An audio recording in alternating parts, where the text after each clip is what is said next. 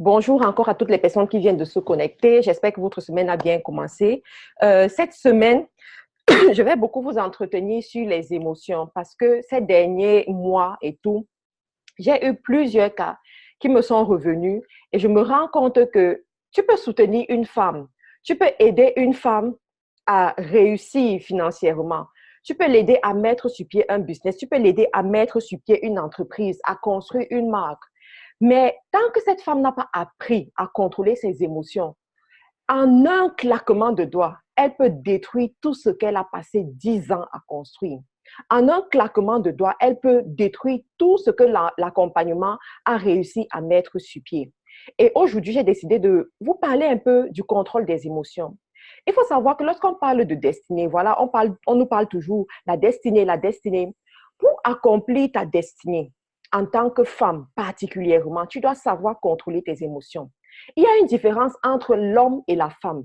L'homme est un être prévisible, plus ou moins, parce que lui ne change pas beaucoup comme la femme. Par contre, la femme est tellement versatile. La femme, elle change, elle change, elle change. Elle va changer selon son âge, elle va changer selon son environnement, elle va changer selon les hormones de son corps. Ça veut dire quoi? À un moment donné, elle sera trop contente, à un autre moment donné, elle sera trop fâchée, inapprochable, on ne peut pas lui parler parce que ce sont les hormones qui sont en train d'agir. La femme change énormément, mais tous ces changements, malheureusement, ont de l'influence sur sa vie.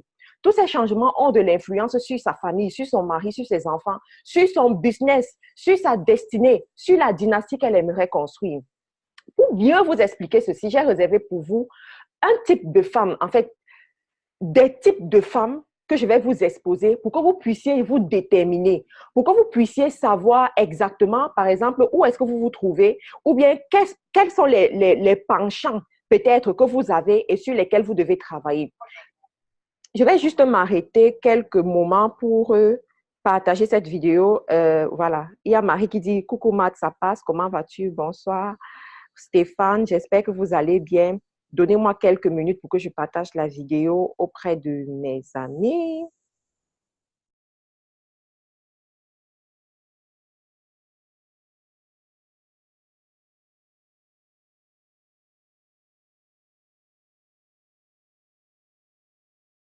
Voilà. Et bon, je ne sais pas comment je vais partager ça ici.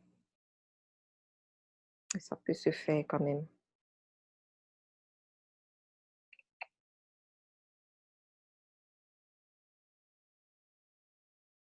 Donnez-moi quelques minutes, s'il vous plaît. Quelques minutes juste.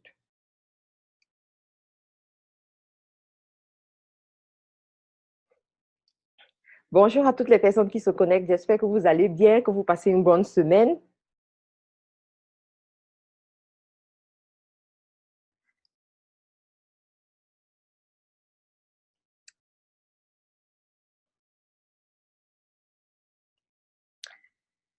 Voilà, très bien.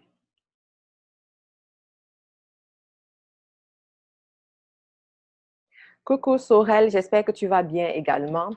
Donc, on revient pour les types de femmes. Alors, comme je disais, j'ai déterminé quelques types de femmes que je vais vous exposer pour pouvoir aborder le sujet et que chacune puisse se retrouver ou bien chacune puisse savoir ce qu'il y a à faire pour ne pas tomber dans certains pièges. Je répète, la grande vision que tu as, la grande destinée pour laquelle tu rêves, pour toi, pour ton mari, pour tes enfants, ça dépend de ta capacité à savoir gérer tes émotions, de ta capacité à savoir faire certaines choses, même lorsque tu n'en as pas envie.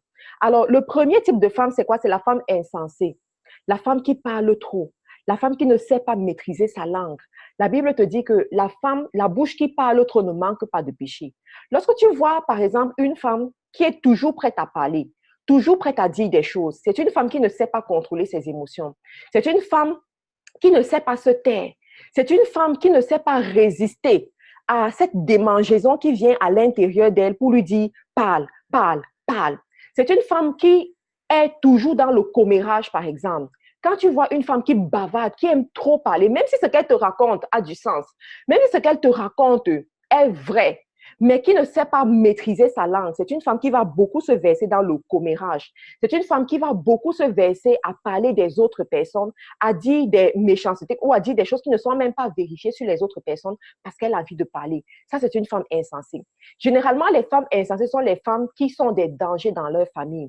Généralement, ce genre de femmes, ce sont des femmes qui vont exposer la nudité de leur maison, la nudité de leur mari, la nudité de leur mari, de leurs enfants. Quand tu vois une femme insensée, généralement, elle va beaucoup parler. Il suffit que quelque chose de mal se passe dans sa maison. Directement, elle a déjà annoncé à d'autres personnes. Elle va peut-être te dire que ce sont mes meilleurs amis. C'est ma mère, c'est ma soeur, c'est ma meilleure amie. Mais cela n'empêche que l'insensé qui parle trop ne manque pas de péché. L'insensé qui parle trop va souvent aller jusqu'à dire des choses qu'il ne faut pas dire. J'ai souvent vu des femmes, des jeunes filles. J'ai fait une vidéo sur YouTube où j'ai parlé sur le parcours du mariage, où j'ai dit se taire pour posséder. J'ai partagé cette vidéo sur ma page Facebook. Et dans cette vidéo, j'explique aux femmes à quel point il est important quand tu traverses certaines situations critiques de ta vie, quand tu es dans la transition dans ta vie, à quel point tu dois apprendre à te taire. Parce que quand tu parles, tu ne peux pas savoir à quel point tu lèves des esprits que tu ne devais même pas lever. Des esprits qui ne devraient même pas être au courant de toi. Mais le fait pour toi de parler, ça les attire vers toi. Quand tu sais que tu es appelé à aller loin dans une relation, appelé à aller loin dans ton ménage, dans l'éducation de tes enfants, il y a des choses que tu ne dois pas dire. Ce n'est pas toutes les réussites que tu célèbres avec les gens. Ce n'est pas toutes les percées que tu es appelé à dire aux gens. Des fois, tu dois... En fait, il y a certaines personnes qui m'approchent et me disent que, mais Matt, c'est quand je suis devenue proche de toi que je me suis rendu compte que tu avais telle ou telle chose. Sur Facebook, je n'avais jamais su. Je dis, mais bien sûr, parce que je ne suis pas appelée à tout verser à la place publique.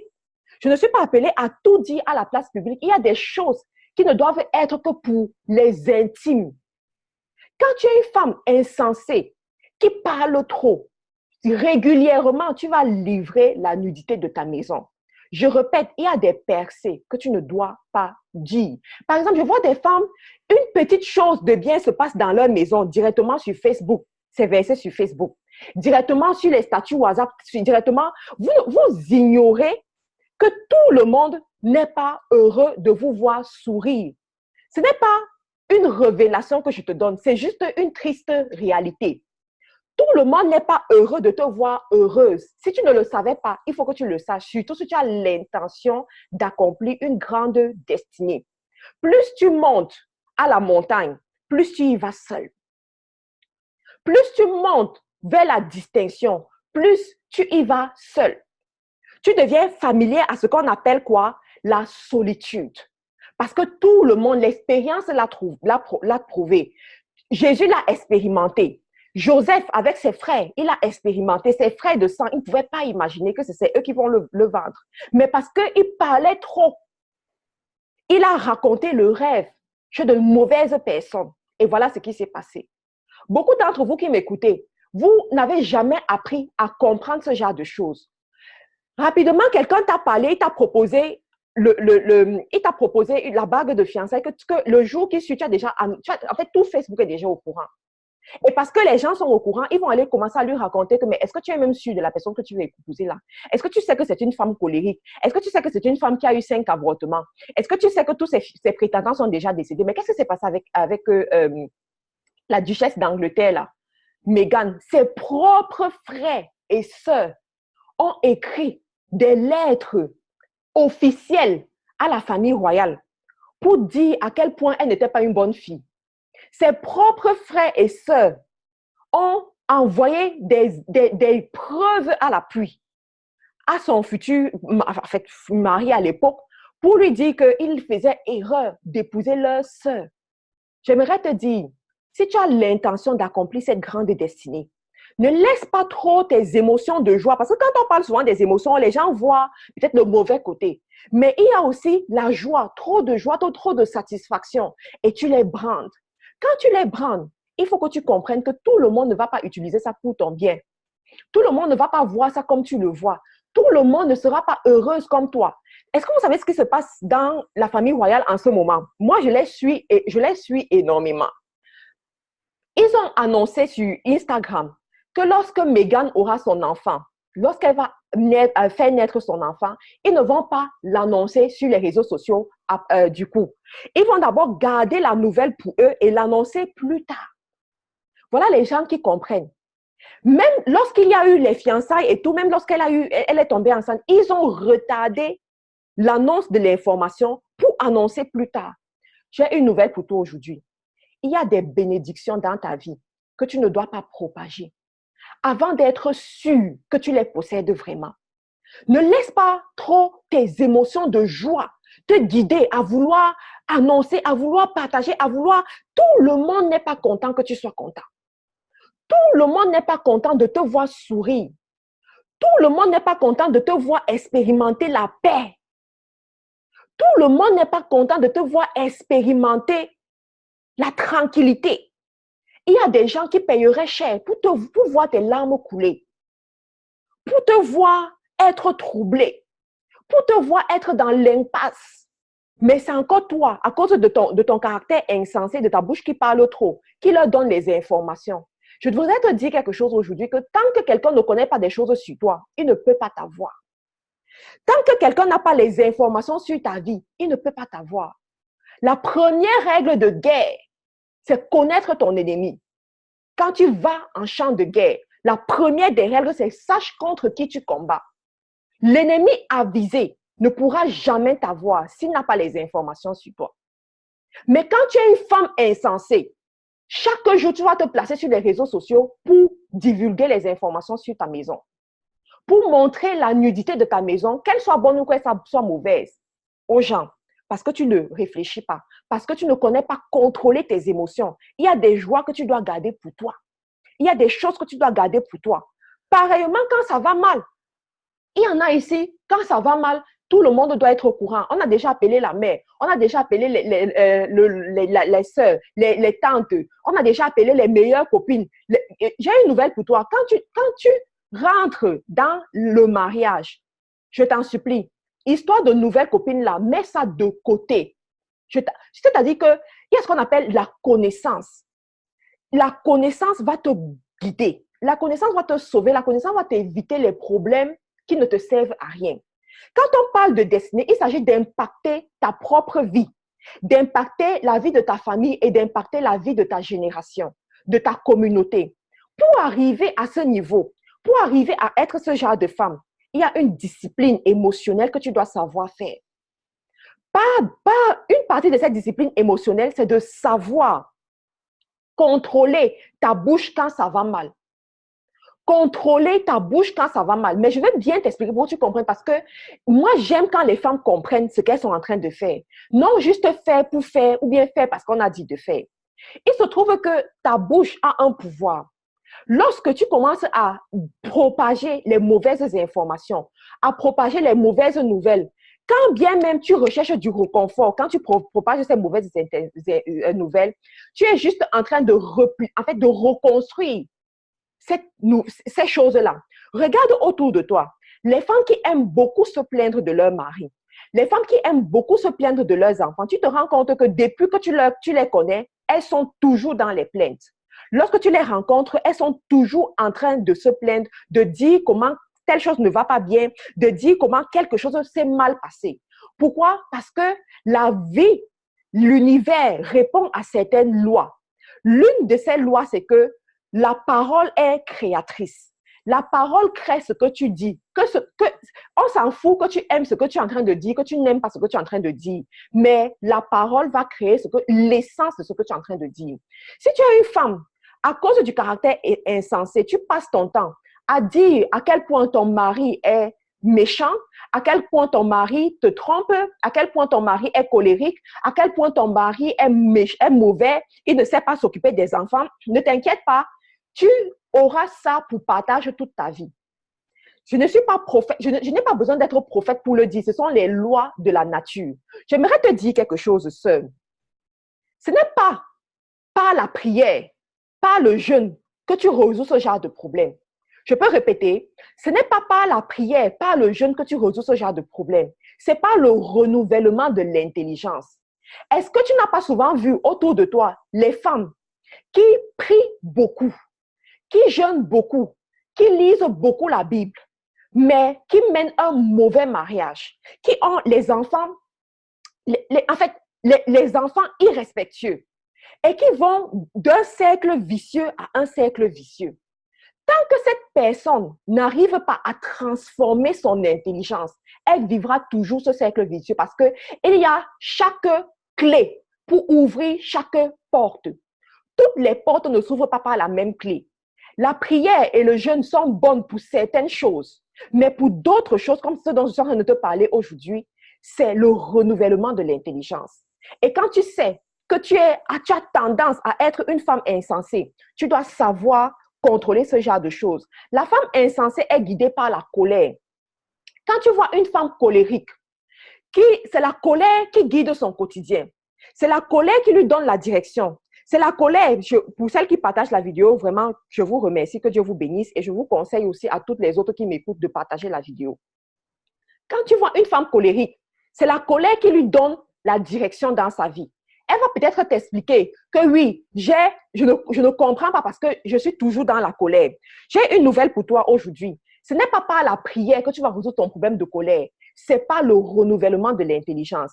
Tu dois apprendre à contrôler ce problème de colère par des enseignements que tu vas apprendre à inculquer, à consommer en toi, par des comportements que tu vas instituer dans ta routine. Une femme qui est colérique, c'est une femme qui s'est laissée aller dans sa jeunesse, dans son enfance, dans sa jeunesse. Et cette colère, à l'âge adulte, a commencé à la détruire, a commencé à détruire son foyer, détruire ses enfants, détruire sa dynastie, détruire la communauté dans laquelle elle évolue. La colère ne doit pas faire partie de ton quotidien. Et pour ça, il y a beaucoup de choses que tu dois comprendre. Tout au long de cette vidéo, je vais parler de ça parce qu'il y a une partie que j'ai réservée pour les solutions. Et dans ces solutions, tu vas apprendre à comprendre. Et je répète, pour ce sujet-ci qu'on aborde aujourd'hui, la prière et le jeûne ne vont pas beaucoup t'aider. La prière et le jeûne vont t'aider à avoir un environnement d'onction, un environnement où le cœur se calme et tout. Mais ce n'est pas ça qui va t'aider. Quand tu rentres dans une maison où la femme se chamaille tout le temps avec son mari, où la femme et son mari se bagarrent, les extrêmes par exemple, où la femme et son mari se bagarrent, où la femme et son mari sont toujours tiraillés. Généralement, dans les couples où les femmes sont chrétiennes, ce sont des femmes qui prient beaucoup. Ce sont des femmes qui vont à des réunions de prière, à des enseignements et tout. Mais tant que cette femme n'a pas appris à comprendre qui est-ce qu'elle est, sa personnalité, son identité, elle n'ira pas si loin que ça. C'est quand tu comprends ton identité que tu es prête à suivre le chemin du renouvellement de l'intelligence. C'est quand tu comprends que de toi doivent sortir des sources d'eau vive que tu peux supporter, que tu peux supporter certaines choses difficiles que normalement on ne pourrait pas supporter parce que tu sais ce que tu es en train de construire. Tu sais ce que tu dois faire ressortir de toi. Une fois que tu as compris ça, j'aimerais te dire, ma sœur, qu'il n'y a aucune situation qui ne puisse te déranger. Je vais vous dire quelque chose. Moi, personnellement, je n'ai pas eu dans ma famille des exemples qui vont m'enseigner comment être une bonne épouse, comment être une femme prospère, comment être une femme qui réussit et tout. Ça veut dire que c'est un travail que je suis allée chercher moi-même. Quand j'ai décidé de prendre ma destinée en main, quand j'ai décidé d'être cette femme qui va incarner la femme du Proverbe 31, je suis allée à l'école. À l'école qu'on appelle l'autodidacte. J'ai décidé de m'éduquer moi-même. Je suis allée dans la Bible, j'ai pris les livres, j'ai pris des ressources pour m'éduquer moi-même.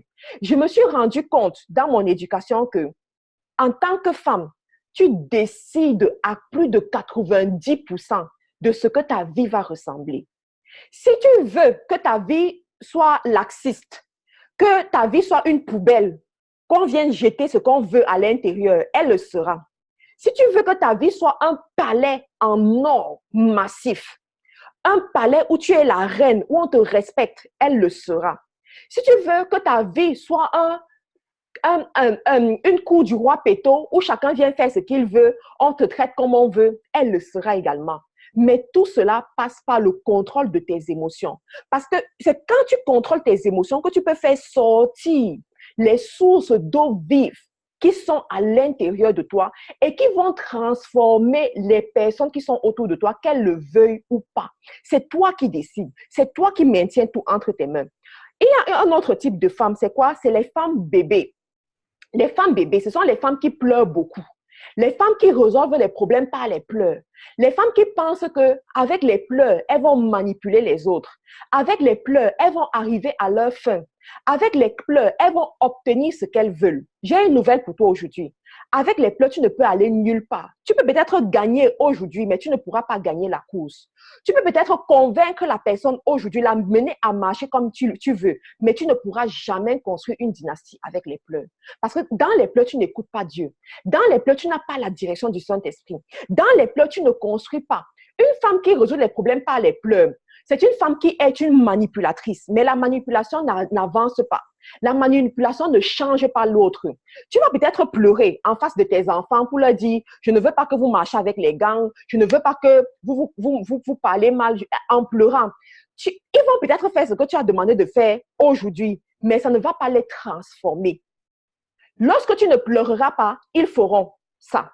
Lorsque tu ne seras pas là, ils feront le contraire de ce que tu leur demandes de faire.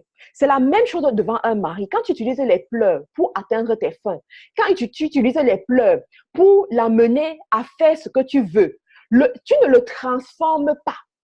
Il est juste manipulé. Il est téléguidé, si je peux dire ça comme ça. Et le jour où tu n'utiliseras pas ces moyens-là, il reviendra à la personne qu'il est et il va faire exactement le contraire de ce que tu veux. Les pleurs n'aident pas. Les pleurs ne te permettent pas de construire une vie. Les pleurs ne te permettent pas de construire une dynastie. Les pleurs ne te permettent pas de construire une destinée. Que ton oui soit oui, que ton non soit non. Discute comme une adulte.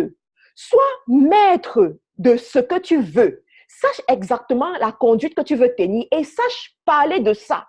Sache donner la direction que tu veux. Si vous ne pouvez pas vous entendre, vous devez discuter, mais pas utiliser les pleurs. Si vous ne pouvez pas vous entendre, vous devez vous asseoir et prendre le temps qu'il faut pour parler. Que chacun sorte ce qu'il y a dans son cœur. C'est quand on sait ce que tu veux qu'on peut changer. Moi, j'ai souvent vu des femmes qui viennent vers moi. Elle vient vers moi, elle m'explique son problème. Avant même que j'aie eu le temps de comprendre le problème, et de dire ce que je pense du problème, qu'elle a commencé à pleurer. Elle a commencé à pleurer et de me dire qu'elle souffre trop et que je n'ai pas pitié d'elle. Non, on ne résout pas les problèmes de destinée avec la pitié. Si tu as l'intention de résoudre tes problèmes d'argent, de résoudre le fait que tu es sous allocation familiale et que tu n'arrives pas à gérer tes cinq enfants et que tu vas toujours aller pleurer, la pitié ne t'aide pas à avancer. La pitié résout le problème aujourd'hui, mais à long terme, la pitié te détruit. Quand j'étais en Angleterre, j'ai failli tomber dans ce piège-là. Je pleurais, je disais, oh, vraiment, avec un enfant, comment je vais faire? Ayez pitié de moi et tout, jusqu'au jour où Dieu a attiré mon attention sur ma destinée, sur où j'allais. Il m'a fait comprendre que la pitié va me faire tourner en rond. Ce que la pitié peut me donner, c'est pour m'aider à me calmer. C'est-à-dire que calmer la petite bombe là pour l'instant, mais demain, elle peut exploser. La pitié, c'est ça qui te donne le pain quotidien. Ce que tu vas manger aujourd'hui, ce qui va te calmer aujourd'hui, ce qui va retarder ce qui bouillonne en toi aujourd'hui. Mais après, la pitié ne résout pas ton problème. Si tu es une femme visionnaire, une femme qui va aller loin, tu dois te défaire de la pitié. C'est la capacité à maîtriser tes émotions. Une femme qui n'aime pas la pitié, c'est une femme qui peut supporter le manque.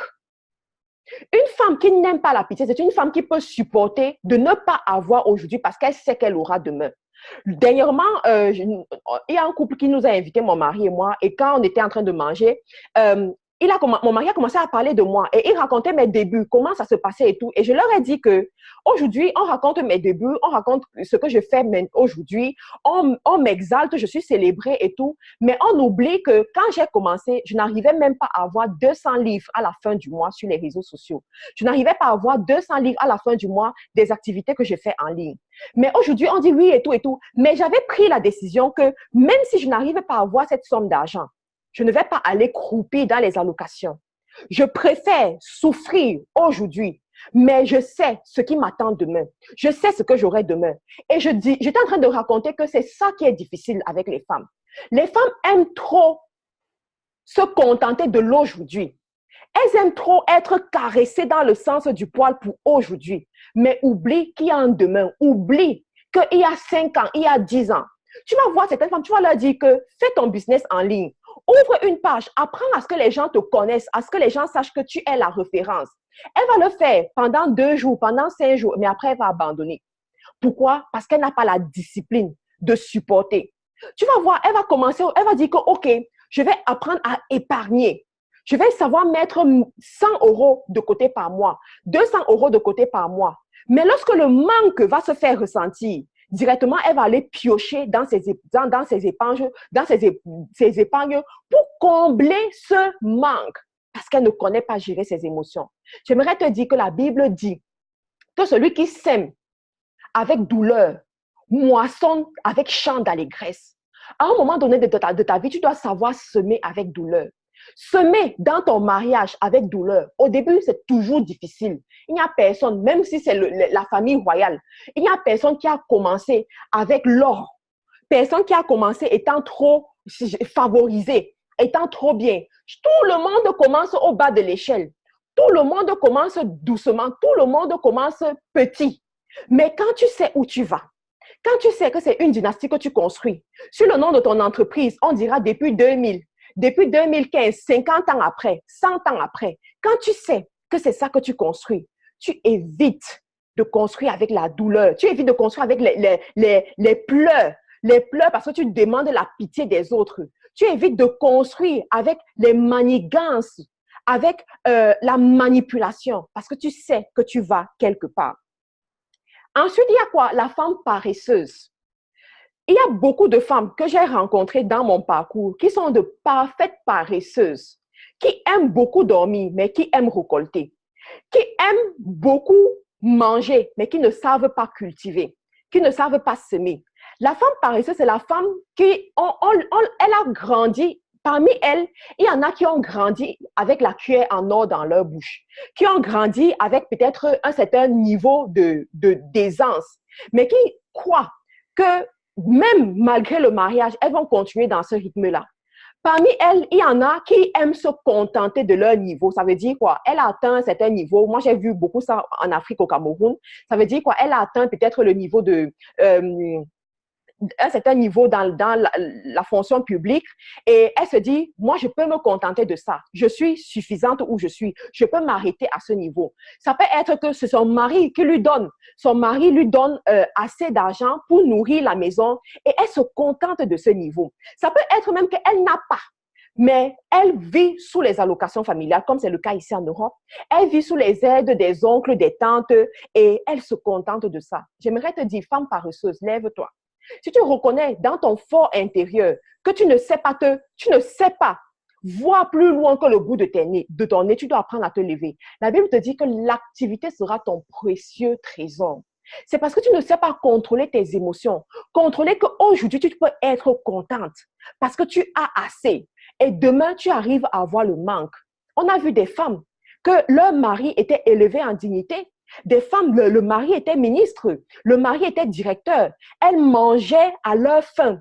La ligne était devant leur porte. Elles avaient beaucoup de personnes qui venaient chez elles demander. Mais un jour, par arrêté ministériel, par remaniement, on a changé. Et le manque est arrivé dans leur maison. Un jour, on a enlevé leur mari et le manque est arrivé dans leur maison. Ça, c'est ce qui se passe en Afrique. En Europe, il n'y a pas beaucoup ça parce que, bon, en Europe, si tu es riche, ça veut dire que tu es riche par tes moyens. Où tu travailles, si tu as la force de te lever pour aller travailler, tu auras toujours ton argent.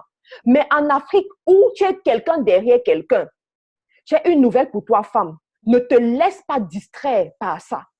Ton mari peut être bien aujourd'hui, élevé en dignité, mais demain, il chute.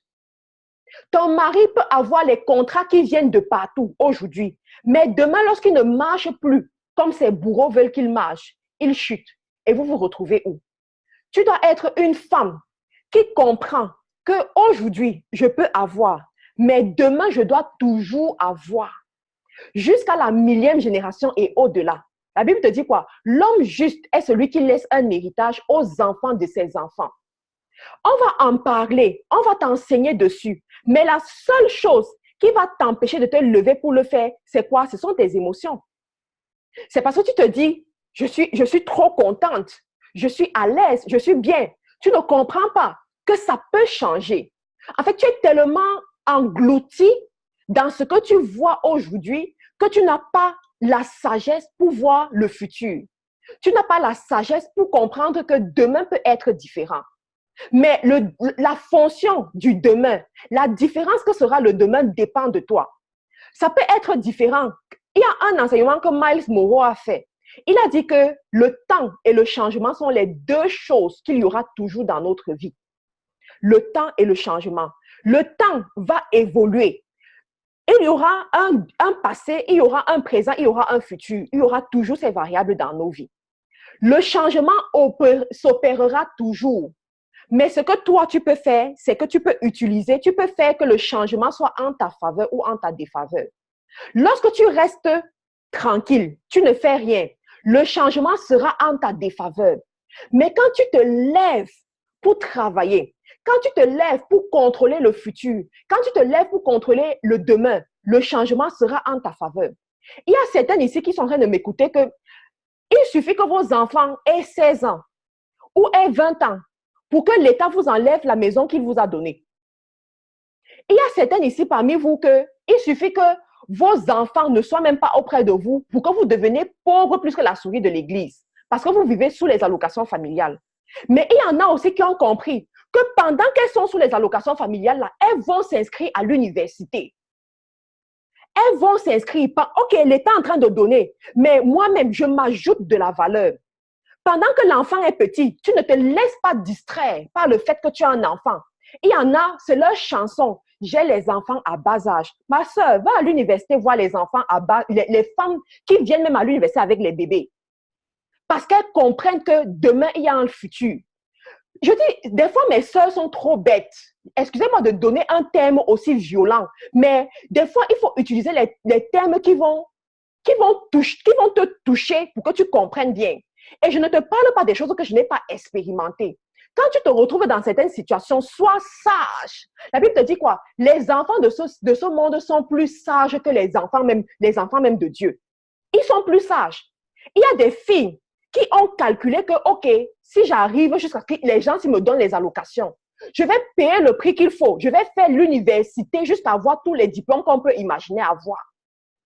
Je vais créer les entreprises. Je vais faire ceci jusqu'à ce que le jour où on dit que c'est fini, que j'ai amassé, que j'ai pu avoir pour dire au moins que voilà ce que ça a donné. Mais il y en a aussi qui vont aller se coucher, acheter les Louboutins, acheter les sacs Louis Vuitton. Avec quel argent? Tu portes la Louboutin alors que tu vis dans la maison de l'État? Tu portes le Louis Vuitton alors que tu vis dans la maison que si on te donne les ultimatums, tu sors de la maison le mois qui suit. Ça, c'est être extrêmement paresseuse et insensée à l'appui. Il y en a qui ont dit que tu es une colossale disgrace pour la gente féminine quand tu te comportes comme ça. Il y en a ici que c'est-à-dire qu'à une période de votre vie, tout est servi sur un plateau d'or. Mais vous utilisez ça, vous vous couchez. Tout ce qui peut te rappeler ce bon vieux temps, c'est ta garde-robe. Ta garde-robe qui est bien fournie. Terrain où tu n'en as pas acheté. Terrain, tu n'as pas acheté. Allez même ouvrir un compte en banque où tu mets un peu d'argent chaque mois. Tu n'as pas fait. Tu as les enfants. On te donne l'argent pour ces enfants sous forme d'allocation. Tu n'as pas la sagesse de comprendre que tu dois aller ouvrir un compte bancaire quelque part où tu vis même un 100 € dedans. Il y en a ici parmi vous, vous avez les 1000 € à la fin du mois. 1000 €, le salaire de quelqu'un. Il y en a même qui ont 1500 €. à la fin du mois sous allocation. Mais si tu, c'est-à-dire que quand le 20 arrive, tu les secoues comme ça là, il n'y a plus rien. Il n'y a plus rien. Tu regardes, est-ce que le compte bancaire, il n'y a rien dans le compte. Compte d'épargne, elle ne connaît même pas ce que ça veut dire compte d'épargne. Compte pour enfants, elle ne connaît même pas. Where are you going? Jusqu'à quand tu seras intelligente? Mais tu sais quoi? J'ai une nouvelle pour toi, tu peux changer. Tu peux apprendre à changer. Mes sœurs, je vous en supplie, pour celles qui ont mis leurs pieds en Europe et que vous avez même eu la chance d'avoir ces faveurs de l'Europe, pendant que vous avez cette chance-là, utilisez-la. Quand je suis arrivée en Angleterre, écoutez, moi, je ne parle pas des choses que j'imagine ou bien des choses. Quand j'ai compris, je dis que je suis allée m'asseoir sur le site du gouvernement. J'ai scruté le site du gouvernement pour voir ce qui est à moi, ce que je pouvais avoir et ce que je ne pouvais pas avoir. Je dis que j'ai scruté à la loupe. Si tu me parles de certaines choses en Angleterre aujourd'hui, je vais t'expliquer ça comme si je travaillais même au gouvernement. Parce que je savais où j'allais. Je savais ce que je devais avoir. Je savais où... Parmi vous, il y en a, vous êtes française, vous êtes anglaise même, vous avez le passeport Bordeaux. Mais je dis toujours ça dans mes vidéos, ce passeport Bordeaux-là peut vous apporter plus que ce que vous faites aujourd'hui. Aujourd'hui, on parle du e-commerce. On parle des opportunités dans le monde entier. Certains d'entre vous, il suffit seulement que vous présentez ce passeport Bordeaux pour avoir certaines portes qui s'ouvrent devant vous. Mais vous êtes couché à la maison. Vous êtes devant la télé, devant les séries, devant Netflix. Vous connaissez tout Netflix. Donc, en fait, il y en a, j'ai vu une autre ce week-end que elle connaît toutes les séries qu'il y a sur Netflix. Je ne connaissais même pas Netflix. C'est ici au Canada que j'ai connu Netflix. Je ne connaissais pas ça. En Angleterre, j'avais un rythme de vie que, mais, il n'y avait même pas, d'abord, la télé n'existe pas dans mon vocabulaire. Si je me connecte sur YouTube, c'est pour avoir des enseignements. Mais il y en a ici que vous connaissez toutes les séries qui sont sorties sur YouTube. Vous connaissez tout. Mais ce qui va vous aider pour votre vie, ce qui va vous aider, vous ne connaissez pas. Quand tu ne connais pas contrôler tes émotions, le bonheur que tu as maintenant, le plaisir que tu as maintenant risque de t'amener où tu ne veux pas. En fait, la sécurité apparente que tu as aujourd'hui risque de te laisser où tu n'en as même pas envie. Combien de parents j'ai vu au soir de leur vie ne même pas avoir une petite maison où ils vont déposer leur tête. Mais s'ils te racontent leur palmarès dans leur jeunesse, tu te demandes que mais c'est la même personne parce que tu n'as pas appris à contrôler tes émotions, savoir que, OK, aujourd'hui je me réjouis, mais je fais comment pour continuer à me réjouir? Je fais comment pour que ma génération après moi continue à se réjouir? Tu es resté te contenter. Certains ici parmi vous, en fait, vous êtes tellement bloqués dans vos têtes. C'est vous tu commences ton mariage, Dieu vous a béni vos greniers. Mais au lieu d'utiliser cet argent pour construire l'avenir de vos enfants, pour construire votre avenir, tu te plais à encourager ton mari à amasser les habits, amasser les chaussures, amasser tout ce qui est marque. Allez dans les garde-robes de nos sœurs africaines, de nos frères africains. Vous serez troublés même. Tu vois quelqu'un, il n'a même pas un lobby de terre quelque part dans son village. Mais c'est lui qui porte Louis Vuitton. J'ai vu certaines comme ça sur Facebook.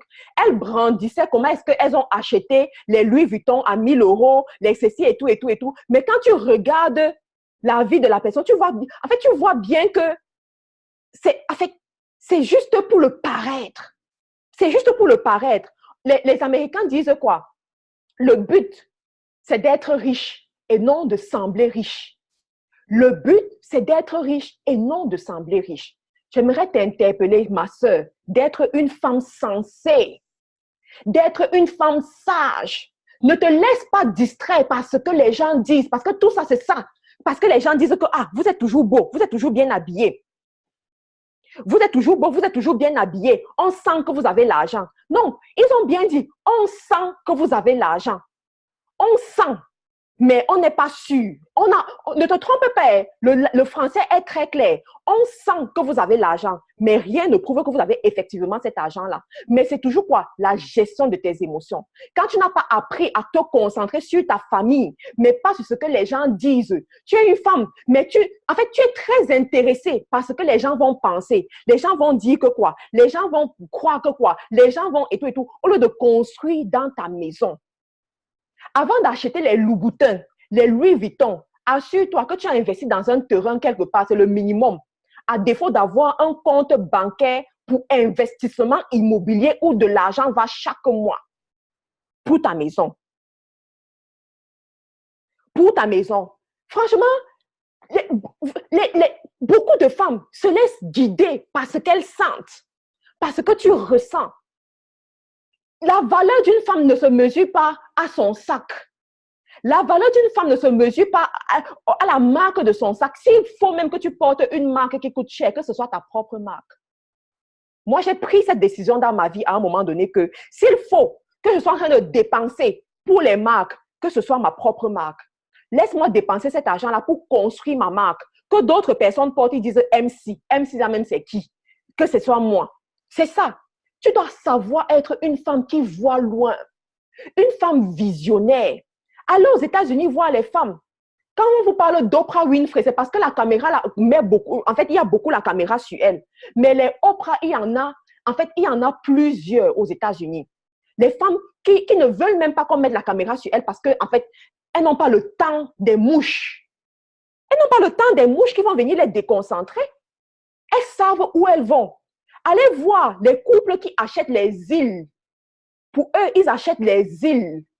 Allez voir les couples qui investissent dans le pétrole pour posséder les gisements de pétrole, pour posséder les gisements d'or. Quand on vous parle de Robert Kiyosaki, vous connaissez d'où sa richesse vient. Ce n'est pas parce qu'il a écrit Père riche, Père pauvre qu'il est riche.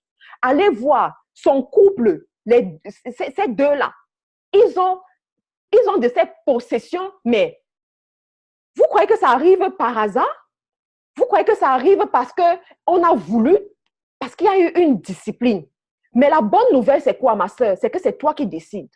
Ton mari peut avoir la vision, mais tant que toi-même, tu n'as pas décidé de porter cette vision en toi et de la voir enfanter, vous n'arriverez nulle part.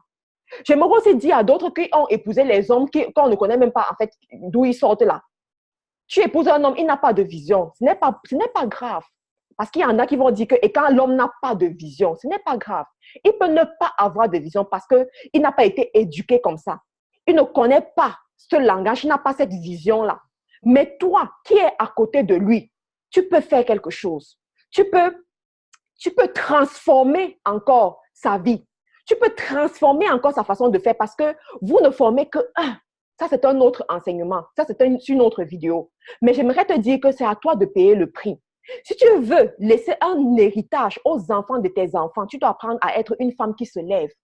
Parmi vous aussi, il y a des hommes nonchalants qui ont épousé des hommes nonchalants, des hommes paresseux. Tu es une femme qui sait te battre, une femme qui sait te lever, une femme qui sait chercher. Mais à côté de toi, tu as un homme paresseux, un homme qui ne sait rien faire. Il n'y a pas de problème. La Bible dit quoi? La femme sanctifie son mari. La Bible te dit aussi quoi? Les deux ne feront que un. Ça veut dire que même dans la réussite, c'est la réussite d'une seule personne. Mais à ce niveau encore, tu vas apprendre à formater ton cerveau, à formater ce qu'il y a dans ta tête, à contrôler tes émotions pour ne pas être mal éduqué, pour croire que ce n'est que l'homme qui peut apporter dans une maison. Parce que ça aussi, c'est une conception qu'il y a dans ce monde. On se dit toujours, c'est l'homme qui doit pouvoir toujours dans la maison. C'est faux. Je dis bien que c'est faux. Il a dit, vous deux, vous serez un. Vous serez une seule et même chair. Ça veut dire quoi? Quand il donne la bénédiction pour vous deux. Après, il y a quelqu'un qui peut manifester plus que l'autre. Mais quand tu manifestes, c'est toujours pour vous deux, pas pour toi seul. Mais à ce niveau aussi, il faut que tu formates ton cerveau et que tu contrôles tes émotions. Parce que quand tes copines viendront te dire que tu nourris ton mari, dis oui, j'accepte. Il n'y a pas de problème. Parce que tu sais où tu vas. Parce que tu sais ce que tu construis. Parce que tu sais qu'il ne s'agit plus seulement de l'homme, mais il s'agit d'une dynastie que tu es en train de construire. Ma soeur, va lire les histoires de dynastie. On On aime voir le succès, mais on ne connaît pas les batailles du héros. On aime voir l'histoire belle. À la fin, l'histoire est belle. Ils ont construit une entreprise de famille, mais on ne connaît pas l'histoire du héros qui est à l'intérieur. Il y a beaucoup de couples que vous adulez ici dehors. L'homme ne fait rien, mais c'est la femme qui fait tout. Mais dehors, on croit que c'est l'homme. Parce que ce sont des femmes qui ont appris à maîtriser leurs émotions, à comprendre que ce que les gens pensent, c'est ce qu'ils pensent. Mais moi, ce qui va guider ma maison, c'est où je vais. C'est la vision que j'ai. Et jusqu'à preuve du contraire, elles réussissent. Il y en a parmi vous. Vous pouvez prendre l'exemple sur vos grands-mères. Vous avez vos grands-mères qui ont gardé leur mariage jusqu'à la fin de leur vie, qui ont prospéré dans leur mariage grâce à leur chant. L'homme allait prendre même 2 femmes supplémentaires pour venir à la maison montrer qu'il est un homme. Il allait faire les choses, mais la mère a dit que je vais rester sur mon champ. Grâce à ce champ, les enfants iront à l'école. Les enfants réussiront les concours. Les enfants seront les médecins, les architectes, les avocats. Mais après, quand on célèbre ces enfants, quel est même le nom qu'il y a sur le nom de ces enfants? C'est le nom du mari. Ce n'est pas le nom de la femme. C'est le nom du mari. La gloire revient à qui? À la maison. Quand on érige ces enfants comme succès, la gloire revient à leur famille. Ce sont des femmes qui ont su mettre leurs émotions de côté pour donner la direction qu'elles veulent à leur dynastie. Mais aujourd'hui, qu'est-ce que c'est devenu quoi? C'est devenu que, c'est moi qui ai acheté la maison. Si tu t'amuses même, c'est moi, la maison là, c'est ma maison. La voiture que tu conduis là, c'est ma voiture. C'est moi qui ai acheté la voiture là. Si tu parles fort, tu me remets les clés de ma voiture. Les femmes parlent comme ça à leur mari ici dehors. Allez écouter les vidéos de Miles Moreau. Comment il enseigne sur ces choses. Les femmes pleurent, les hommes pleurent. On a eu un autre cas comme ça où un monsieur disait que dans sa maison, il a mis les caméras cachées pour pouvoir montrer à la police la preuve que sa femme le bat. Hey, sa femme le bat. Sa femme le bat. S'il ne marche pas comme sa femme veut, elle le chicote correctement et bien. Et comme il ne voulait pas que, puisque en Europe, si toi, un homme, on vient te trouver que tu es engagé dans les violences conjugales, que tu es tapé, que tu n'es pas tapé, si ta femme pleure seulement, si tu as acheté la maison, tu sors de la maison. Et tu n'y reviens plus. La maison devient pour elle et tu continues à payer les prêts immobiliers. Tu continues à t'occuper d'elle. Comme il ne voulait pas se retrouver dans cette situation, qu'est-ce qu'il a fait? Il a mis les caméras cachées dans la maison, sachant que c'est une femme colérique. C'est une femme qui vient toujours dire que oui, c'est lui qui a fait, alors que ce n'est pas lui qui a fait. C'est une femme qui veut toujours montrer que c'est elle qui apporte, c'est elle qui donne, c'est elle qui commente. Il a mis les caméras cachées. Un jour, quand elle s'est encore fâchée, qu'elle a commencé à le battre, les caméras ont filmé. Quand la police est arrivée et que la police l'a arrêté, il a dit, s'il vous plaît, en m'arrêtant comme ça, prenez seulement les caméras et vous regardez. Quand la police a vu, je dis, ça c'est true life story. C'est-à-dire qu'une histoire vraie, ce n'est pas une histoire que j'ai vue à la télé ou j'ai entendue, c'est une histoire vraie. Des gens que, mais une histoire vraie. Quand la police a vu ça, mais ils étaient choqués. Ils étaient choqués. Mais c'est ce qui se passe aujourd'hui. Tu concentres tes énergies avec ton mari, après il t'abandonne pour aller épouser une autre. Blanche, voilà encore une autre chose. Si je pose la question aux femmes qui ont expérimenté ça, est-ce que tu avais imaginé que ça allait arriver? Est-ce que tu avais pensé à ça? Est-ce que tu avais conçu ça dans ta tête? Tu seras choqué de savoir que 90% vont te dire quoi? J'avais peur de ça. J'avais peur de ça. Et je dis, merci de poser la question. Pourquoi? Parce que je vais te dire quelque chose.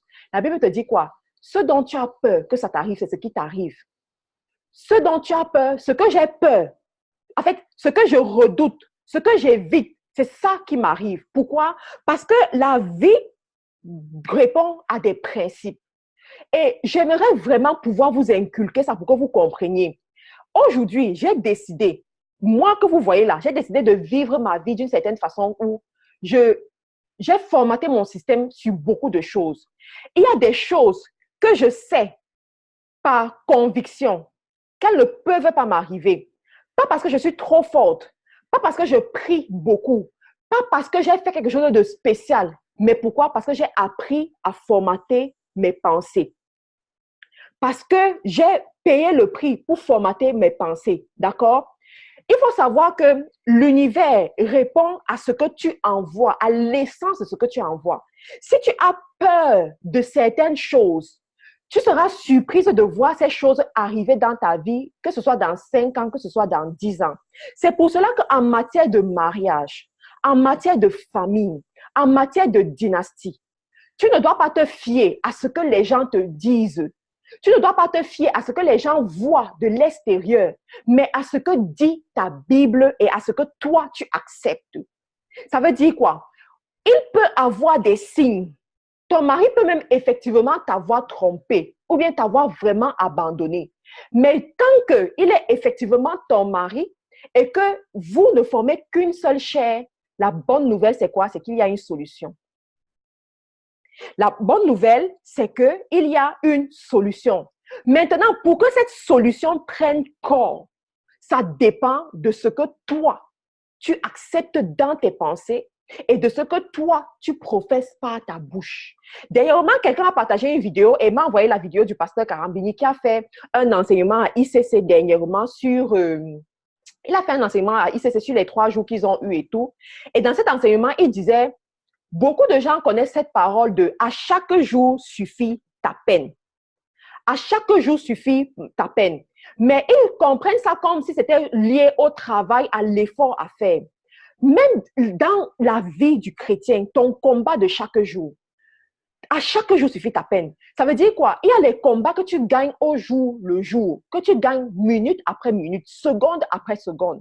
Quand l'ennemi vient te brandir, que tes enfants sont foutus, que ton mariage est foutu, ton mari est foutu, ton mari te trompe et tout, toi, tu réponds à ça comment? Tu peux répondre à ça, oui, mon mari me trompe. Tu peux répondre à ça, oui, mon mari ne m'aime pas.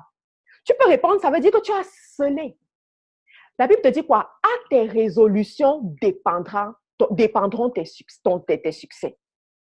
Ou bien à tes résolutions dépendra ton succès. On peut venir t'annoncer que, oui, tu as le cancer. On a eu un exemple comme ça dans FDE.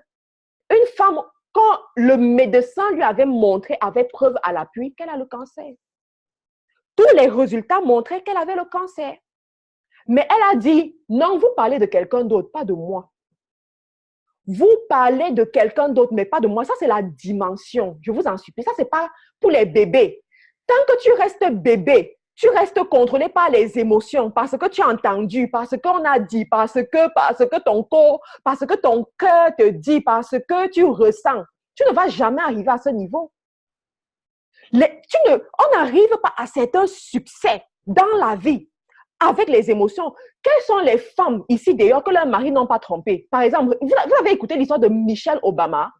Michelle Obama et de son mari. Allez encore bien écouter cette histoire.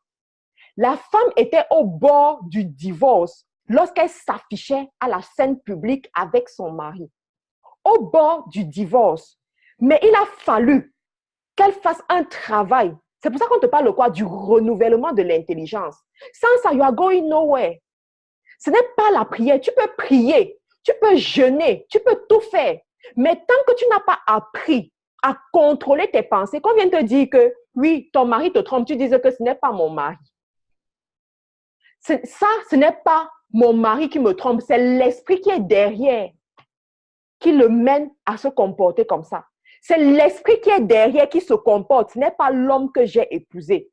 Jusqu'à ce que tu atteignes ce niveau et que tu sois inébranlable, il y a certains succès que tu ne pourras pas avoir. Quand on vient te dire que tes enfants ont telle maladie, tes enfants se comportent d'une certaine façon et que tu arrives à un certain niveau, tu ne vas pas y arriver. Quand on te dise que oui, tu es malade, tu as une certaine maladie en toi, tu dis, ah, c'est mon corps qui a la maladie là. Et tant que ce n'est que le corps qui a la maladie, ça veut dire qu'il y a une chance. Je peux renverser la situation. Je vous en supplie, il y a les histoires de succès. Il faut aller au fond, aller vraiment dans l'intimité, dans le secret, pour comprendre certaines choses. Ne vous laissez plus ébranler par ce que vous voyez et par les demi-histoires que les gens racontent. Allez au fond pour voir. Quand tu sais que tu es appelé à porter de grandes destinées, que Dieu va t'utiliser pour former les Joseph, les Esther, être la Élisabeth, des gens comme les Marie comme ça. Il y a des choses que tu dois apprendre à comprendre. Il y a des choses que tu dois, en fait, tu dois apprendre à marcher d'une certaine façon. Je vous en supplie. Donc, je parlais de la femme paresseuse et j'attirais l'attention de mes sœurs, surtout celles qui sont en Europe, celles qui sont en Afrique. Ne vous laissez pas ébranler par les conceptions. De nos jours, l'homme ne cherche plus la consommatrice. Parce qu'il y en a, je me rappelle quand j'étais au Cameroun, par exemple, je travaillais, on me disait, oui, je voulais acheter ma voiture à 22 ans parce que je travaillais. On me dit, tu ne peux pas avoir une voiture parce que si tu as une voiture, qui va t'épouser? Tu ne peux pas te lancer dans certains projets parce que qui va t'épouser? J'aimerais te dire aujourd'hui, ma soeur, que ne te laisse pas ébranler par ce genre de choses. Pourquoi? Parce qu'aujourd'hui, la femme doit peser d'un poids. Tu ne rentres pas dans une maison pour venir consommer. Tu ne rentres pas dans une maison pour venir recevoir, mais pour venir construire. Si tu as l'intention de voir ta maison prendre un autre tournant, de prendre la fusée, tu dois être une femme qui construit. Tu ne devrais plus seulement rester et attendre pour consommer. Il y en a parmi vous. Vous êtes dans la fonction publique. La fonction publique, nous connaissons tous comment ça fonctionne. Ça veut dire qu'à côté de cette fonction publique, tu peux mettre un business de côté et faire les deux à la fois. C'est permis. C'est permis en Afrique. Mais il y en a parmi vous, vous êtes tellement contrôlé par les émotions de ce que vous voyez. Vous êtes trop occupé à porter les hauts talons, à bien vous habiller en tailleur, quand on dit que tu es toujours sur ton 31, que tu es toujours bien et tout. Mais tu oublies que tu peux construire plus que ça. Moi, j'ai vu des femmes, c'est-à-dire des femmes que je respecte. Écoutez, les riches se trouvent en Afrique. Les riches se trouvent en Afrique, pas en Europe. En Afrique, quand quelqu'un veut acheter une voiture, il achète cash. Quand quelqu'un décide de construire sa maison, c'est une maison qu'il a construite avec ses moyens, pas avec les prêts immobiliers comme on fait en Europe. Ça veut dire qu'il a le pouvoir financier. Les gens ont de l'argent. Il y a une femme qui est venue faire la formation dans 3 sources de revenus et je leur ai donné une stratégie de vente. Et cette stratégie de vente était appliquée à tout le monde. Et elle a appliqué cette stratégie pour ceux qui sont en Afrique. Elle revient me dire que, mais, coach, je ne savais pas que les gens avaient l'argent comme ça en Europe, en Afrique. Hein. Quand on parle des commandes, les femmes me parlent des commandes de 1 million, de 2 millions, de 3 millions, alors que je croyais que même 100 000, elle n'allait pas pouvoir avoir. Je lui ai dit que tu vois, c'est ça. Les gens ont de l'argent. Mais ces gens qui ont de l'argent sont ceux qui ont compris, qui ont décidé de ne pas vivre selon ce qu'elles voient. Il y en a qui ont commencé avec 5 000 francs. 5 000 francs. Je me rappelle, je vous ai souvent raconté cette histoire.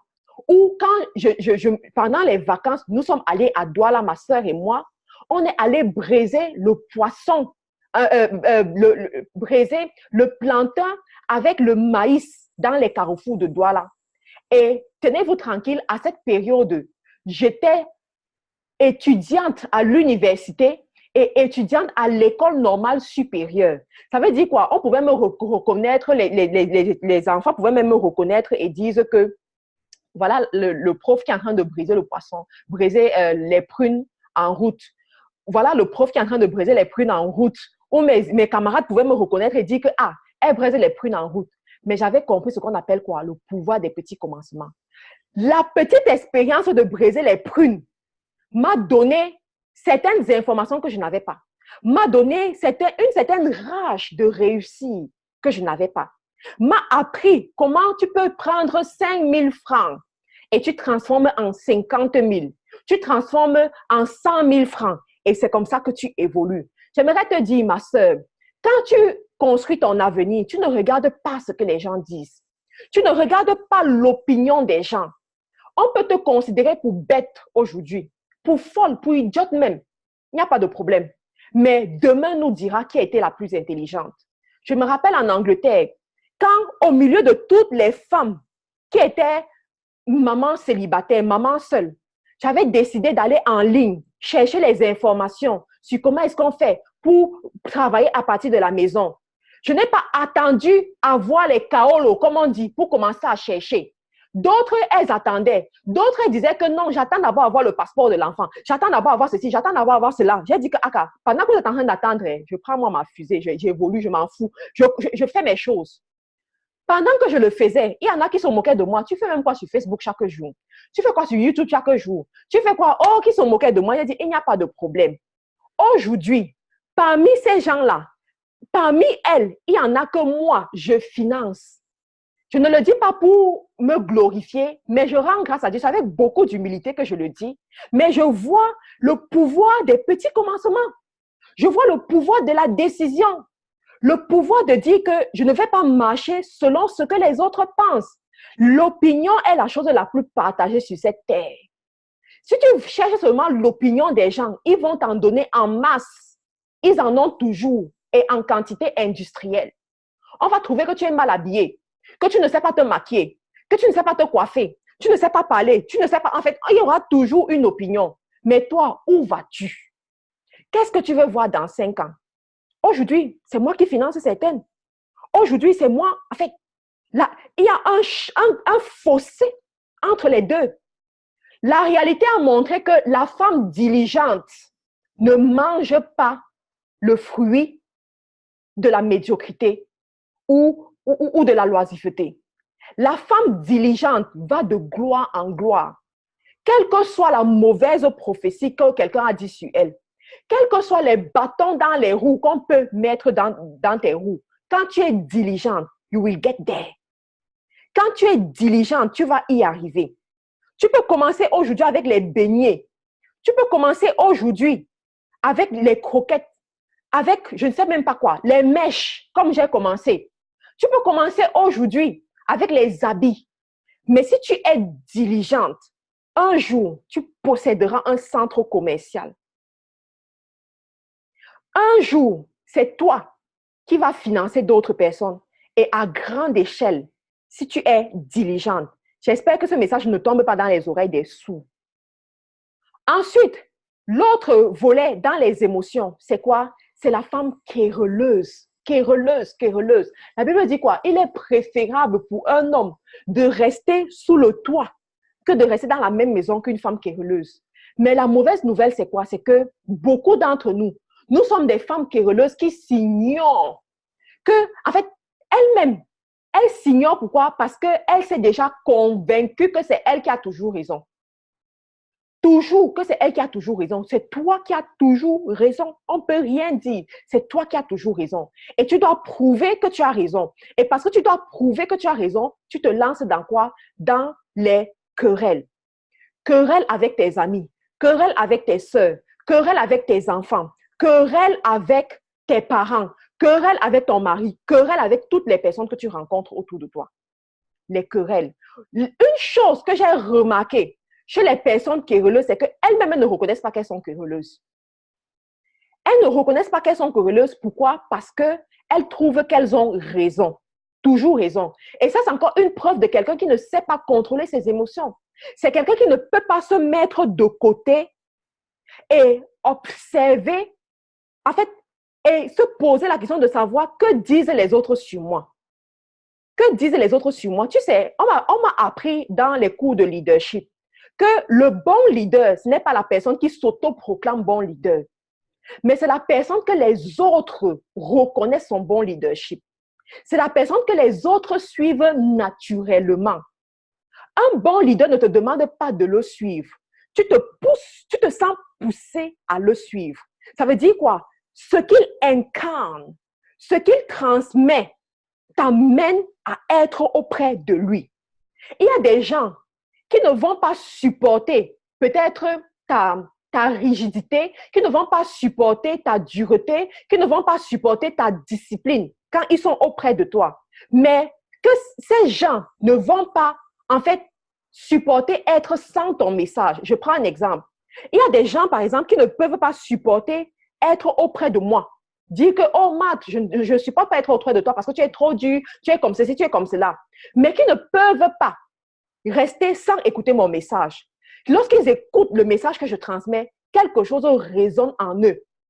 Ça peut être moi, ça peut être quelqu'un d'autres personnes que vous suivez, par exemple. Moi, j'ai souvent eu des témoignages comme ça. Pourquoi? Parce que le leader a quelque chose qu'il transmet et qui va attirer, qui va t'amener naturellement. Mais c'est l'autre qui le dit. Ce n'est pas le leader qui l'autoproclame. Quand tu vois une femme querelleuse, elle ne va jamais avouer qu'elle a un problème. Elle ne va jamais avouer qu'ici, elle a tort. Mais pourquoi? Parce que pour elle, elle a raison. Mais il te faut savoir maîtriser tes émotions pour apprendre que tu peux avoir raison et ne pas avoir cette raison. Tu peux avoir raison, mais ne pas être favorisé. Je m'explique. Ça veut dire quoi? On peut venir dans une discussion. Tout montre que c'est toi qui as raison. Tout montre que c'est toi qu'on doit écouter. Mais on ne t'écoute pas. Mais ce n'est pas pour autant que tu vas aller dans tous tes états. Malgré ça, tu restes calme. Malgré ça, tu te contrôles. Malgré ça, tu continues à aller où tu vas. Et j'aimerais annoncer ça aux femmes, surtout celles qui sont mariées. Lorsque tu rentres dans la maison de ton mari, que tu as décidé que l'homme, ci sera mon mari, le jour où tu franchis la porte de sa maison, oublie la phrase qui dit que j'ai raison. Je répète, oublie la phrase qui dit que j'ai raison, parce que c'est une phrase qui n'a pas de sens dans cette maison-là. Si tu cherches encore à donner le sens dans cette maison, ça veut dire que tu es en bon voyage pour les discussions, pour les discutes. Tu es en bon voyage pour les problèmes chaque jour. Parce qu'il y a ce qu'on appelle quoi? L'orgueil masculin. Un jour, j'ai un parent qui m'a dit, une maman qui m'a dit, à chaque fois qu'elle était avec son mari, elle allait faire des propositions. Lui dit, j'aimerais qu'on fasse ça et tout et tout. Sa proposition, il n'y a rien à dire. Vraiment, c'est la bonne chose. Son mari va dire non. Mais après, il va revenir avec la même proposition, mais emballée différemment. Elle va lui dire que mais c'est la même chose qui a été dit, non. Il va dire que oui, mais ça vient de moi maintenant. Oui, mais ça vient de moi maintenant. Mais quand tu ne comprends pas ça, parce que tu voudras toujours avoir raison, ta maison deviendra un champ de bataille, deviendra un terrain de foot, deviendra une maison de querelle. Et parce que ta maison deviendra une maison de querelle, il sera préférable pour ton mari d'aller habiter au toit que de vivre dans la même maison que toi. C'est ce que la Bible dit, ce n'est pas moi qui le dis. Il sera préférable parce qu'il ne peut pas supporter ça. Tout ça, c'est quoi? C'est gérer tes émotions. Il y en a ici, il y a certaines femmes où, quand tu rentres dans leur maison, c'est elles qui parlent fort. C'est elles qui dirigent la maison. Même les enfants reconnaissent que c'est elles qui dirigent la maison. Ça veut dire quoi? Le père parle, il ne bouge pas. Mais quand elles tournent seulement le visage, quand elles bougent, ils ont déjà bougé. Ça veut dire quoi? Tu n'as pas besoin d'un médium, tu n'as pas besoin d'une prophétesse pour venir te dire que c'est toi qui commandes dans cette maison. Que tu as déjà tellement fait asseoir ton autorité par la querelle, par les problèmes, par la colère, par des moyens qui ne sont pas appropriés pour toi, que même les enfants, même les étrangers reconnaissent que c'est toi qui diriges dans la maison. Tu dois apprendre à faire la différence. Tu dois apprendre à travailler ton caractère. Et j'ai une autre nouvelle pour toi ici. Ce n'est pas la prière et le jeûne qui vont t'aider à changer. En face d'une femme querelleuse, éviter de lui dire d'aller prier. Parce que quand elle va prier, elle continue son mauvais caractère. Elle croit que c'est Dieu qui... Il y a des choses que quand toi-même tu ne décides pas de changer, Dieu ne peut pas t'aider. Quand toi-même tu ne décides pas de tuer le mauvais caractère, Dieu ne peut pas t'aider. À un moment donné, toi-même, tu dois revenir dans ton fort intérieur et aller à l'école de la douceur. Pas pour faire plaisir à tes enfants, pas pour faire plaisir à tes amis, pas pour faire plaisir à ton mari, mais pour devenir une meilleure personne pour toi-même. Tu vas apprendre à aller à l'école de la douceur. Et quand tu vas à l'école de la douceur, tu n'attends pas que... tu ne t'auto-proclames pas douce. Tu attends que ce soit d'autres personnes qui te disent que tu es devenue douce. Que ce soit d'autres personnes qui ne puissent même pas imaginer que tu étais une femme querelleuse, tellement ton caractère a changé. Tellement tu es devenue une personne nouvelle. Mais j'ai une nouvelle encore pour toi. Pendant le processus, tu vas tomber. Ça veut dire quoi? À partir du moment où tu as décidé de devenir une femme douce, une femme aimable, jusqu'au moment où les gens vont attester qu'effectivement tu l'es devenue, tu vas souvent tomber. Tu vas souvent tomber. Tu vas souvent tomber. Mais quand tu tombes, ne reste pas au sol. Ça veut dire quoi? Il y aura souvent ça va souvent revenir. Quand tu tombes, ne reste pas au sol. Lève-toi. À chaque jour suffit sa peine. À chaque jour suffit sa peine. Le but, c'est d'y arriver, mais pas de rester au sol. Le but, c'est de devenir une meilleure personne. Le but, c'est de devenir une personne douce, une personne aimable, une personne qui construit un arbre de paix partout où elle passe. Une personne qui regorge les eaux vives, une personne qui regorge l'amour, une personne qui marche par l'amour. Pendant ce temps, l'ennemi va t'envoyer ses alliés. L'ennemi va t'envoyer les gens qui vont te pincer, comme on dit souvent là. Elle est encore venue me piquer. Alors que j'avais décidé que je n'allais même plus parler. J'ai pris ma décision de ne même plus parler dans la maison-ci. Mais il est encore venu me piquer. C'est pour ça que j'ai répondu, non, j'ai une nouvelle pour toi. Ce n'est pas qu'il est venu te piquer. C'est l'ennemi qui est en train de te téléguider, qui est en train de t'utiliser pour que tu puisses réagir et que tu reviennes à la case départ. S'il te plaît, apprends à contrôler tes émotions. Et parmi ces femmes encore, quand tu vas évoluer, je veux être pratique ici. Les problèmes ne manquent pas dans les couples. Si quelqu'un te dit que dans son couple, il n'y a pas les problèmes, la personne est en train de te tromper, la personne est en train de te mentir. Quand les problèmes arrivent, j'ai une stratégie que je vais te donner. Apprends à être responsable dans ta maison. Ton mari peut être un chimpanzé, mais tu le transformes en roi. En un homme, il y a 3 personnages. Je vous répète, je l'ai enseigné dans FDE, j'aimerais l'enseigner ici. En un homme, il y a 3 personnages. Il y a le petit garçon. Ça veut dire quoi? C'est lui qui aime jouer. Tu vois, c'est papa qui aime jouer, qui aime s'amuser, qui aime qu'on le chatouille, qui aime les petits trucs comme ça, qui aime vraiment être taquiné et tout et tout. Ça, c'est le petit garçon. En un homme, il y a l'homme roi. Le roi qui aime vraiment, tu vois, être majestueux, qui aime qu'on l'appelle monsieur, qui aime, en fait, qu'on apprête sa table d'une certaine façon, que sa maison soit toujours bien, qui aime qu'on lui parle avec une certaine dignité, qu'on lui parle avec une certaine façon. Ça, c'est l'homme roi. L'homme que si tu viens vers lui, tu le prends pour le roi. Lui aussi, il te traite comme la reine parce qu'il attend ça, il veut ça, il aime ça. Ça rejoint quelque chose qui est déjà implanté en lui. Il y a ça en lui. Après, il y a aussi l'homme là, le petit chimpanzé. Le petit homme animal. L'homme qui aime t'insulter. L'homme qui est prêt à te chicoter, à te battre. L'homme qui est prêt à te déshonorer devant les gens, il s'en fout même de ce que les gens pensent. L'homme qui est prêt à se comporter comme un insensé. En chaque homme, il y a ça. Mais toi, la femme, ça dépend de toi, de ce que tu veux sortir. La bonne nouvelle, c'est que chaque homme a ces 3 qualités-là. Mais toi, tu peux décider de ne sortir que le roi. Pour sortir le roi, tu dois apprendre à être responsable, à maîtriser tes émotions. Ce n'est pas parce que ton mari te parle mal que tu vas répondre. Dire qu'il m'a piqué. Il m'a dit quelque chose qui m'a énervé, il fallait que je réponde. Et quoi que ce n'est qu'à moi qu'on peut faire une chose pareille. Lui aussi, il faut qu'il sente ce que ça fait. Il faut que je lui parle comme ça pour qu'il sente ce que ça fait. Tu perds ton temps.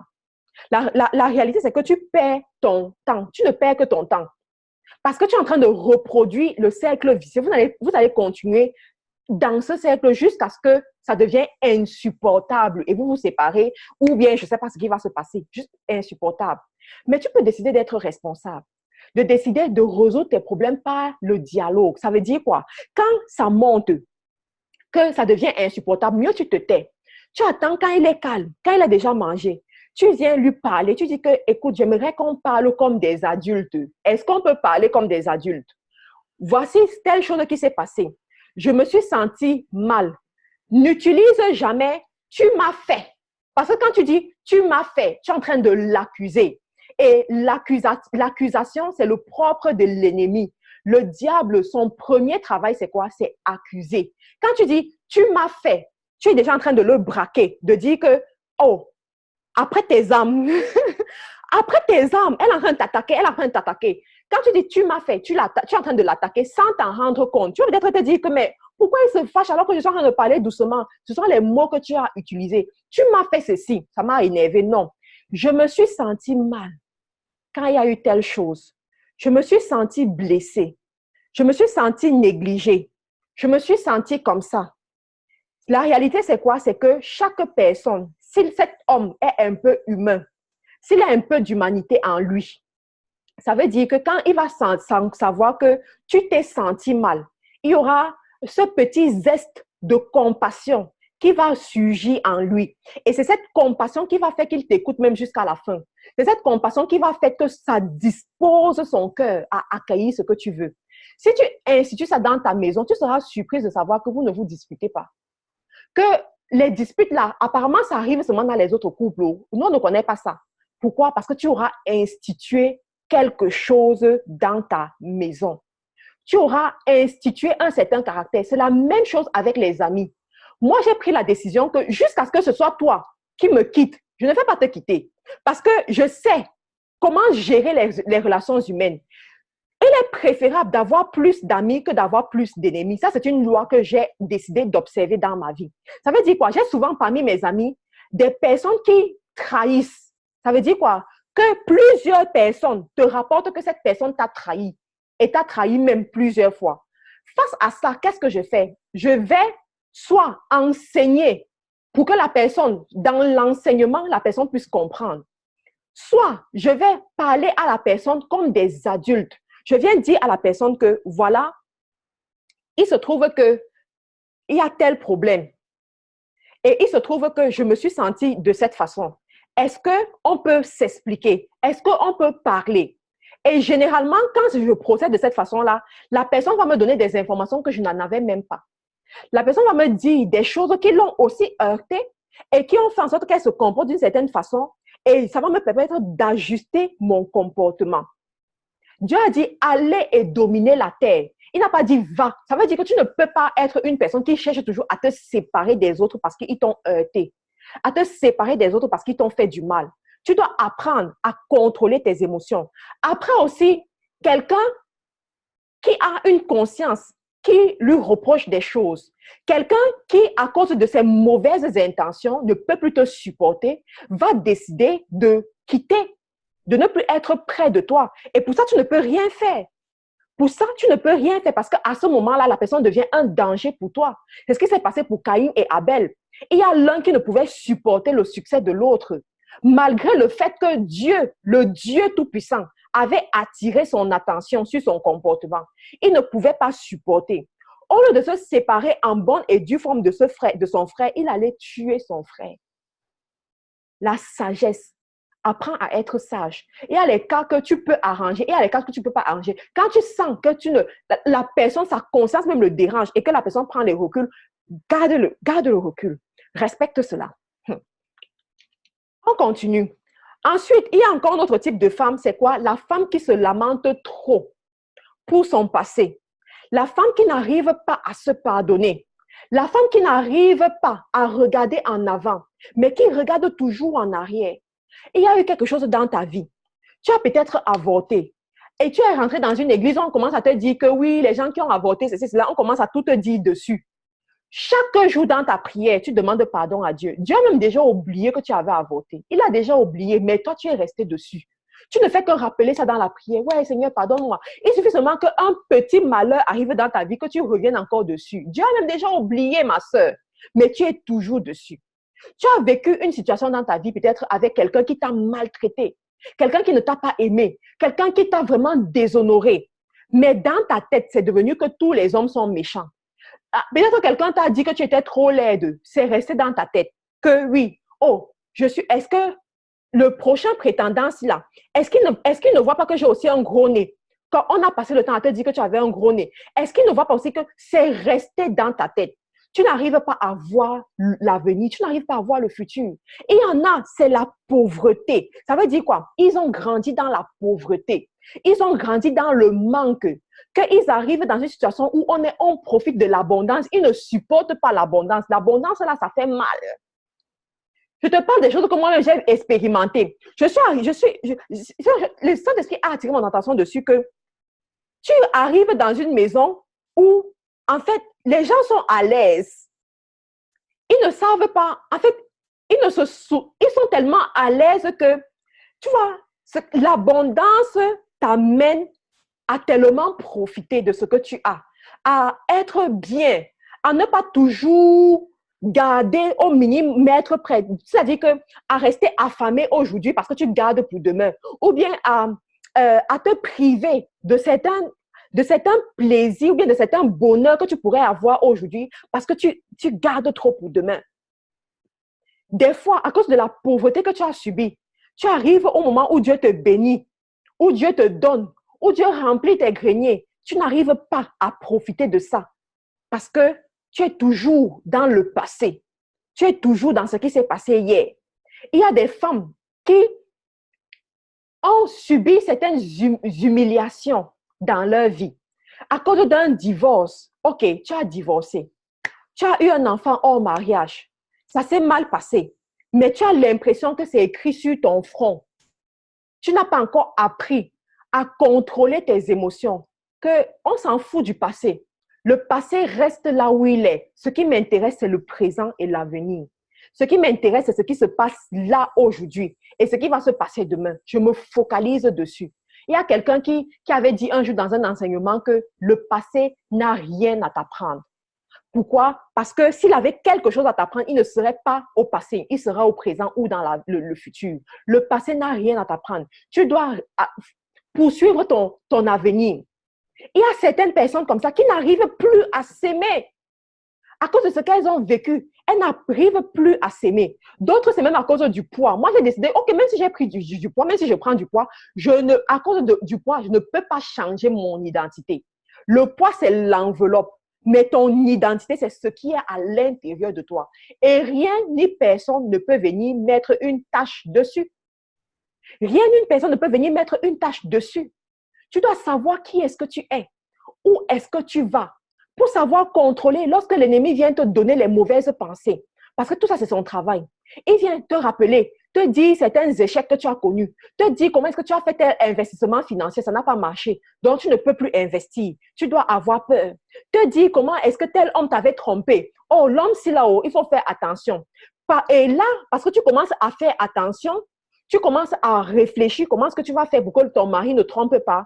Tu es en train d'attirer ce que tu ne veux pas parce que tes pensées sont centrées sur l'essence de ce que tu ne veux pas. Un jour, j'ai écouté une femme. Elle parlait tellement du divorce, comme elle ne voulait pas le divorce. Oh, je ne veux pas le divorce. Oh. Je dis à mon mari chaque jour que je ne veux pas le divorce et tout. Je lui ai dit que, mais ça, c'est la meilleure façon pour avoir le divorce. Parce que dans ta maison, ce qui est brandi, c'est le divorce. Ce qu'on entend le plus, c'est le divorce. Tu auras l'essence de ce que tu dis. C'est la même chose avec celles qui restent avec les compagnies qui ne font que mettre l'accent sur le mauvais côté. Tu as une compagnie qui te montre tous les signes d'un mari trompeur, tous les signes d'une femme adultère, tous les signes des enfants qui vont finir mal, tous les signes d'une famille déséquilibrée, tous les signes, en fait, on t'enseigne sur tous les signes de ce qui ne va pas bien. Et parce que tu te nourris de ces signes, qu'est-ce qui se passe? Tu deviens alerte pour les identifier quand ça ne va pas chez toi et commencer à dire que, oh, je vois les signes du divorce. Tu commences à nourrir ça dans ta tête et tu auras ce que tu veux. Nourris-toi par ce que tu veux voir. Tu veux être une femme sage. Commence à parler de la femme sage. Qu'est-ce que la femme sage? Va lire le Proverbe 31. Le Proverbe 31, c'est l'une des parties que, après la Genèse, le livre de la Genèse, c'est le livre que j'aime le plus. En ce moment, j'ai décidé ce mois d'avril, je lis le livre des Proverbes. Le livre des Proverbes, c'est le seul livre que je lis. Et la sagesse que ça me donne, c'est juste extraordinaire. Tout ce mois d'avril, c'est ce que je suis en train de lire. Décide de te focaliser sur ce que tu veux, sur le futur glorieux que tu veux avoir et tu verras comment les choses vont se transformer dans ta vie. Le dernier volet, c'est quoi? C'est la femme indécise, la femme qui ne sait pas prendre la décision. C'est la pire des choses qui puisse arriver à une femme, que tu ne puisses pas dire non, tu ne puisses pas dire que je ne veux plus, tu ne puisses pas dire que c'est ça que je veux, tu ne puisses pas dire que c'est ce que je veux et je reste concentrée sur ce que je veux. L'indécision. L'indécision, ce sont les gens bipolaires qui ne savent pas quand il faut dire oui, quand il faut dire non, quand il faut dire stop, qui change tout le temps. Bipolarité, il change tout le temps. Aujourd'hui, il est avec toi, demain, il n'est plus avec toi. Aujourd'hui, tu es sa meilleure amie, demain, tu n'es plus sa meilleure amie. Aujourd'hui, vous vous entendez bien, mais demain, vous ne vous entendez plus. Aujourd'hui, tu es l'homme de sa vie et demain, tu ne l'es plus. Aujourd'hui, elle est partante pour le projet et demain, elle n'est plus partante. La bipolarité, l'indécision, c'est la pire des choses qui puissent arriver parce que à ce niveau-là, on ne peut pas t'aider. Une personne extérieure ne peut pas t'aider. C'est toi seul qui dois décider de payer le prix pour changer. Une personne indécise, c'est une personne qu'on peut maltraiter quelque part. On va te maltraiter pendant longtemps. Tu ne vas pas prendre la décision de dire que stop, ça suffit, je pars. Et quand tu décides de partir, tu pars étant heureuse et non en pleurant. Parce que quand tu pleures, c'est parce que tu regrettes. C'est parce que tu ne considères pas ta décision comme ayant été une bonne décision. Quand tu pleures, c'est parce que tu as encore le regret. C'est parce que tu te soucies de ce que les gens vont dire. Tu te soucies de ce que ta vie va devenir dure. En fait, tu as peur. Ça, c'est l'indécision. Et ça, c'est quelqu'un qui n'a pas appris à contrôler son caractère, ses émotions dès le bas âge. C'est pour ça que quand on élève les enfants, si un enfant te dit que je ne veux pas telle chose, apprends à respecter sa décision pour que lui-même, il comprenne qu'il peut décider de ne pas vouloir quelque chose et il ne veut pas cette chose-là. Il peut décider de dire non et on respecte son non. Et non obliger toujours les enfants, en fait, tuer leur créativité, tuer leur décision. C'est là où ça commence, dès l'enfance. Il y a des gens qui n'arrivent pas à prendre une décision et restent fermes devant la décision. Tu commences le business aujourd'hui et demain, tu as déjà changé. L'indécision. Pourquoi tu as changé? Ça ne marche pas. Pourquoi tu as changé? Je n'ai pas eu les clients comme je voulais. Pourquoi ça a changé? C'est un mauvais investissement. Tu n'as même pas donné le temps qu'il fallait. Tu as déjà changé. Et en un an, tu auras commencé 10 business et abandonné 10 business. En un an. Ça fait 3 ans que je vends les mèches, les écouteurs, les livres, les formations uniquement. 3 ans. Pendant 3 ans, je suis restée diligente sur ce produit, diligente à construire une réputation dessus pendant 3 ans. Au début, quand on m'enseignait dessus, je disais que, non, c'est pas ça. Mais quand je prends du recul, quand je vois le temps, quand je vois les retombées, je comprends que ça vaut la peine. Tu dois savoir ce que tu veux. Il y en a, vous vous mariez. Tu te maries, tu es une femme chrétienne. Tu sais que tu te maries parce que tu vas quelque part.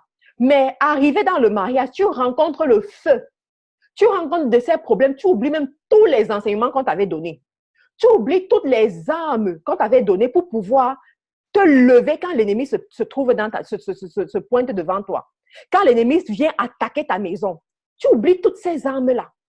Tu les oublies et tu subis le coup des émotions, le coup de l'indécision. Tu commences à marcher selon la vue et non selon la foi.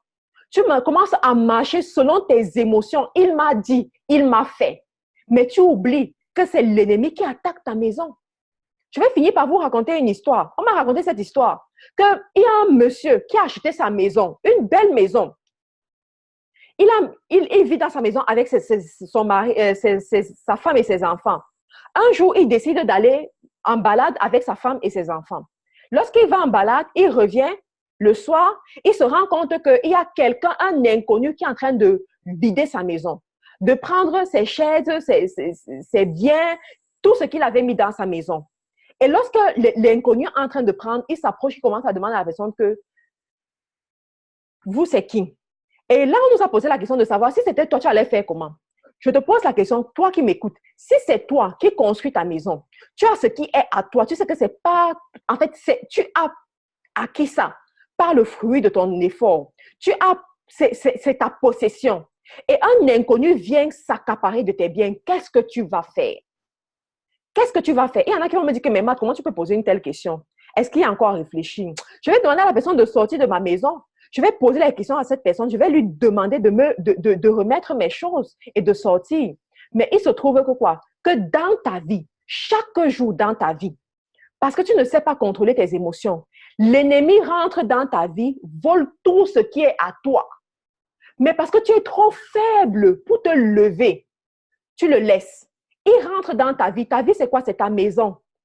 Là, ta vie, c'est ta maison, c'est ta vie que Dieu t'a donnée gratuitement. Tout a été payé à la croix pour toi. Tu n'as pas de compte à rendre pour quelqu'un. Il t'a dit qu'il s'est fait pauvre pour que tu sois riche. Il est mort pour que tu aies la vie en abondance, le bonheur, tout. L'ennemi rentre dans ta vie. Il vole ta joie. Il vole tes enfants. Il vole ta prospérité. Il vole ton mari. Il vole tes amitiés. Il vole tes parents. Il vole ta santé. Il vole ta tranquillité. Il vole tout ce que tu as travaillé à avoir. Il vole en fait, ta paix intérieure. Et tu es là, tu le regardes. Chaque jour, il vient, il vole, tu le regardes. Chaque jour, il vient, il vole, tu le regardes. Comment est-ce qu'il vole? Par ses tentations. On vient te dire qu'on a vu telle chose. Tu as déjà accepté. Tu as déjà accepté. On vient te dire que tu es malade. Tu as déjà accepté la maladie dans ton corps. On vient te dire que ton mari a fait telle chose. Tu as déjà accepté. Beaucoup divorcent pour rien. Je dis beaucoup, surtout les chrétiens, divorcent pour rien. Beaucoup vivent dans les maisons. En fait, leur maison est devenue un champ de bataille en latence. Un champ de bataille qui attend que le premier tire un coup pour que l'autre réagisse. Pour rien. J'aimerais te dire, toi qui m'écoutes, ne laisse plus ta bénédiction être volée. Contrôle tes émotions. Au début, ça fait mal. Au début, quand tu te lèves pour reprendre ton pouvoir, pour que le pouvoir change de camp, ça va faire mal. Mais tu dois payer le prix. Au début, ça va te choquer. Au début, on va te prendre pour la bête, pour la folle, pour l'insensé même. Au début, on va te prendre pour la personne qui supplie, pour la personne qui est bête. Mais paye le prix, ma soeur. Paye le prix. C'est la fin qui justifie les moyens. Quand tu regardes ta grand-mère aujourd'hui, qui peut te montrer sa dynastie? Comment elle s'est mariée avec ton grand-père? Ils ont eu tes parents, ils ont eu, je ne sais pas, ils ont grandi et tout et tout. Ta même grand-mère, elle te raconte souvent comment son mari la battait. Elle te raconte souvent comment les difficultés qu'elle a traversées. Mais quand tu vois sa dynastie, c'est toi qui es contente. Quand tu vois sa dynastie, c'est toi qui te réjouis d'être parmi cette dynastie. Quand tu vois ce qu'elle a construit, c'est toi qui te réjouis. Mais c'est une héroïne. C'est une femme sage. C'est une femme sensée qui a décidé de payer le prix. C'est la fin qui justifie les moyens. C'est la fin de ta maison qui va justifier les moyens que tu auras utilisés. C'est la fin de cette famille que tu auras mis sur pied qui va justifier les moyens. Ne laisse pas que l'ennemi te trompe. Ne laisse pas qu'il se joue de tes émotions. Et ce sont les femmes qui sont le plus attaquées. Parce que l'homme, quand il a sa vision, il va. Mais c'est toi, la femme qui est diligente, qui va venir avec tes émotions le perturber. C'est toi avec ta femme qui monte, qui descend dans tes émotions, qui va venir encore mettre le trouble, qui fait en sorte qu'il se pose des questions. Mais l'ennemi sait. J'ai une nouvelle pour toi aujourd'hui. À partir du moment où tu es né, et que tu es né étant une femme, il y a une guerre qui s'est levée entre l'ennemi et toi. Tu es son ennemi juré. Et il va utiliser tout ce qu'il peut utiliser pour te détruire. Et quand bien même tu réussis à te marier, quand tu réussis encore à te marier, ça veut dire que tu l'as gagné. Ça veut dire qu'il n'a pas réussi à te limiter quelque part. À ce moment, ça double sa colère fois 10.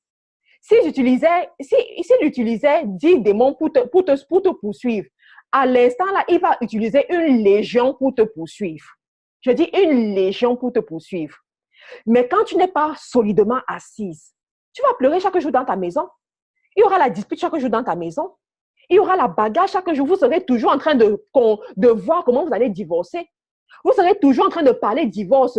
On sera toujours en train de venir mettre la paix. Les étrangers seront toujours en train de venir mettre la paix entre vous parce que tu n'as pas compris. parce que tu n'as pas compris. J'espère que ce live t'a aidé à comprendre certaines choses. Mais il y a un autre volet que j'aimerais aborder avec toi, peut-être lors d'un autre live. Mais c'est un volet que j'ai abordé dans la formation dans C'est pas vie. Dans cette formation, nous avons abordé un volet que tu dois savoir, que tu dois maîtriser dans ta vie si tu as l'intention de faire les exploits. Si tu as l'intention d'être victorieuse, c'est le volet des hôtels de famille. Hey, Jesus!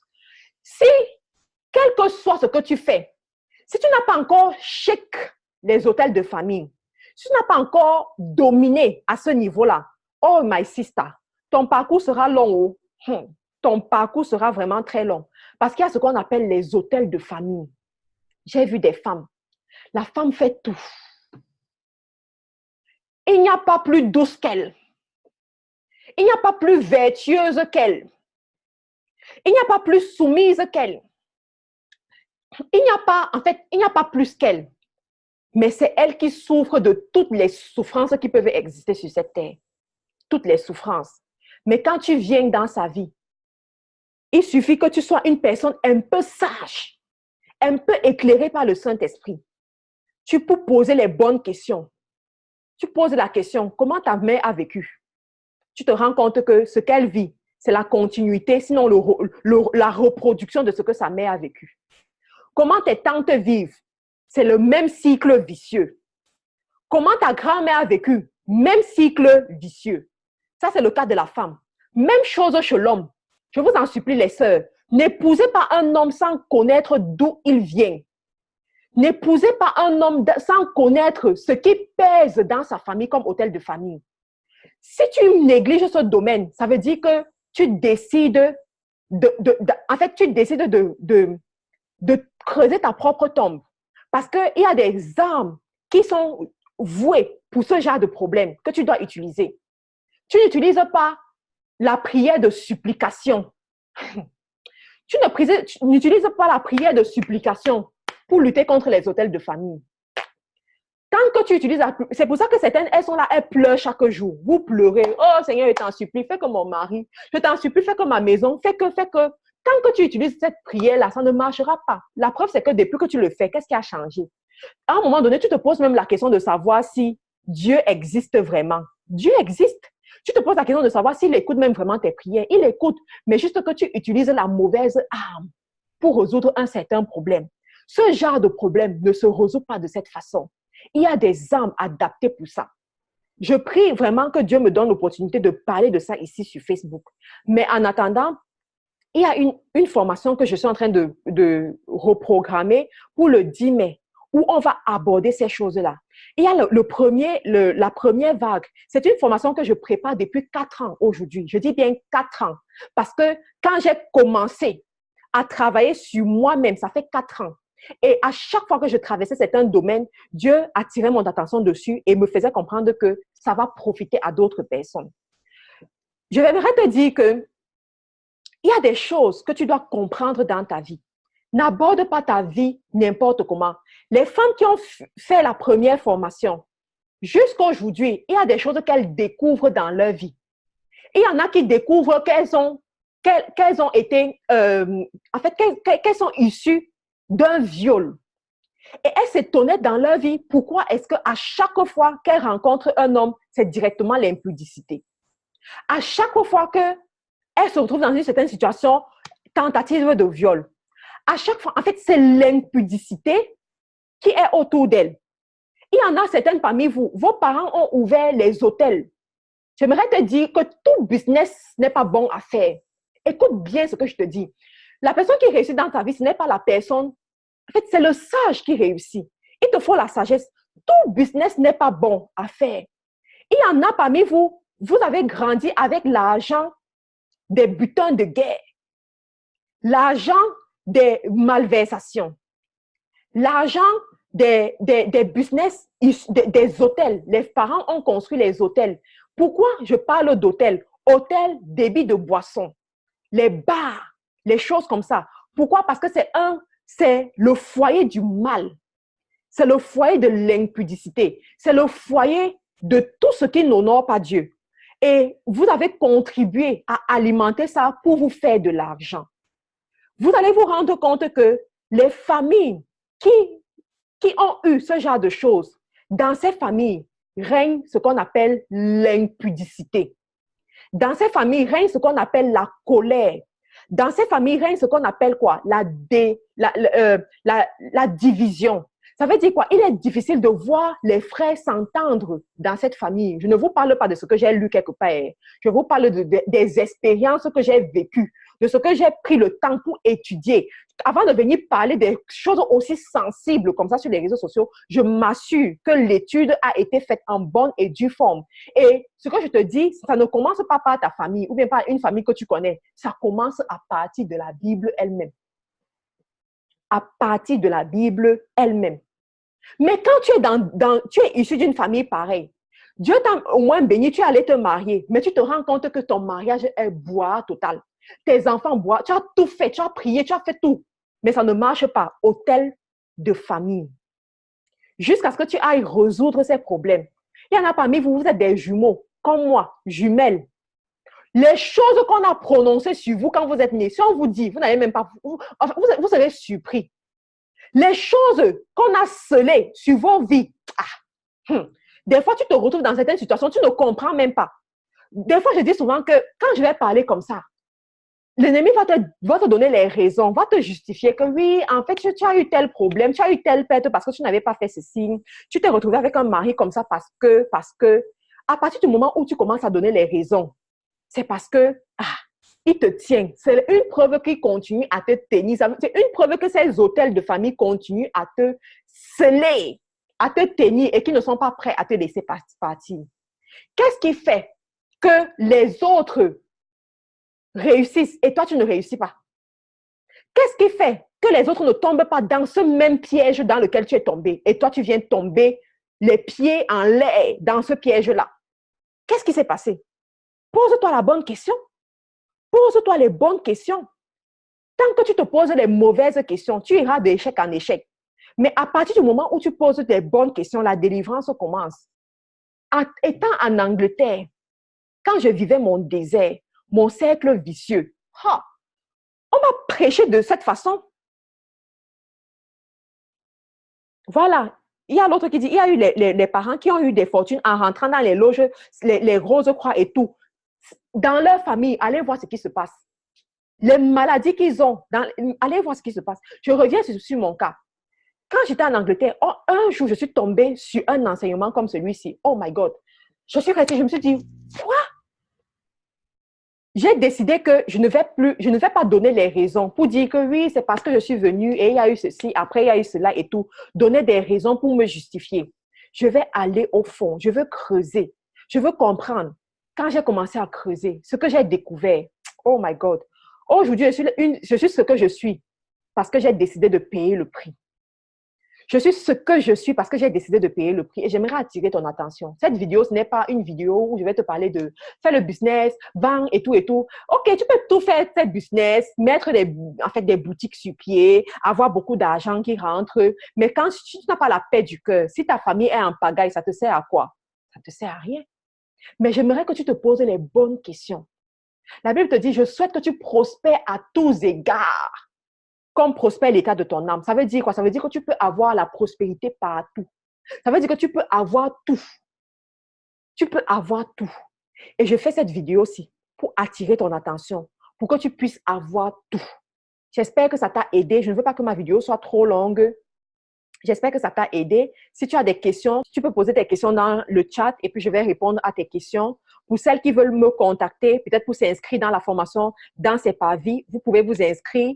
En ce moment, j'ai une liste d'attente qui est ouverte. Ça veut dire que tu n'as même pas besoin de payer pour le départ, mais tu as juste besoin de mettre ton nom dans la liste pour qu'on te réserve une place. C'est une formation où je prends très peu de personnes et tu peux réserver ta place. Tu me fais juste un message et puis tu réserves ta place. Je vais inscrire ton nom. Je vais clôturer les inscriptions très bientôt parce que je ne prends pas beaucoup de gens, comme je l'ai dit. Et je voudrais aussi attirer ton attention, te remercier d'être resté jusqu'à la fin. Tu peux partager la vidéo autour de toi, tu peux inviter tes amis, tu peux me suivre sur YouTube où j'ai fait d'autres vidéos. Il y a beaucoup de gens qui m'ont peut-être connu aujourd'hui, c'est aujourd'hui qui sont tombés sur moi. J'ai une chaîne YouTube où il y a tous ces enseignements, les enseignements sur le business, les enseignements sur le leadership, les enseignements, un peu d'enseignements sur le mariage. Pourquoi j'enseigne un peu sur le mariage? Parce que je me suis rendu compte que une femme peut avoir beaucoup d'argent, mais si elle n'a pas rempli sa destinée comme ce que Dieu attend, si elle ne se retrouve pas où Dieu l'attend, si Dieu avait dit sur sa vie qu'elle devait se marier et qu'elle ne se marie pas, elle sera déséquilibrée et elle ne sera pas heureuse. Et en tant que femme d'affaires, j'ai ma perception du mariage. J'ai ma perception du mariage pour femme d'affaires, par exemple. Et je partage mon expérience dessus. Mais ne me contactez pas pour vos problèmes de mariage parce que je ne suis pas coach de mariage, s'il vous plaît. Je ne suis vraiment pas coach de mariage. Je n'ai pas le temps pour te consoler. Je n'ai pas le temps pour essuyer tes larmes. Vraiment, je n'ai pas ce temps et je n'ai pas cette patience. Moi, je parle business. Je parle e-commerce. Je parle vente. Si c'est ça, oui, on peut parler. Mais si c'est les trucs, regarde mes vidéos sur YouTube. Les vidéos de YouTube, je crois que c'est largement assez. En écoutant la vidéo, ça va t'aider à résoudre le problème qui est devant toi. Voilà. Donc, merci encore pour toutes les personnes qui se sont connectées. Vous pouvez me suivre sur Facebook, sur YouTube. Vous pouvez partager cette vidéo dans WhatsApp quand elle sera sur YouTube. Donc, merci encore pour vous toutes. Vous pouvez me faire un mail. Je vais mettre mon adresse mail tout à l'heure là et vous pouvez me faire un mail. Passez une bonne journée et que Dieu vous bénisse. Sachez que nous sommes en guerre. Nous ne sommes pas en guerre contre la chair et le sang, mais contre les dominations. Et chacune d'entre nous doit pouvoir manifester la destinée que Dieu a mis en elle, doit pouvoir arriver à donner pour sa vie, pour sa famille, pour sa communauté, tout ce que Dieu a mis en elle. Tout est ici, à l'intérieur de toi. Tout est ici et ça doit sortir. Et tu dois payer le prix. Tu dois dominer sur tes émotions pour que ça puisse sortir. Donc, passez une bonne journée. Que Dieu vous bénisse.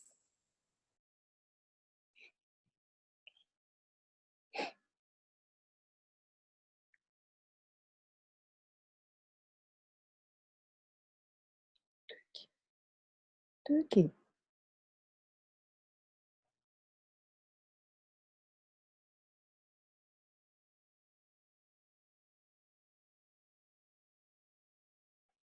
Wow.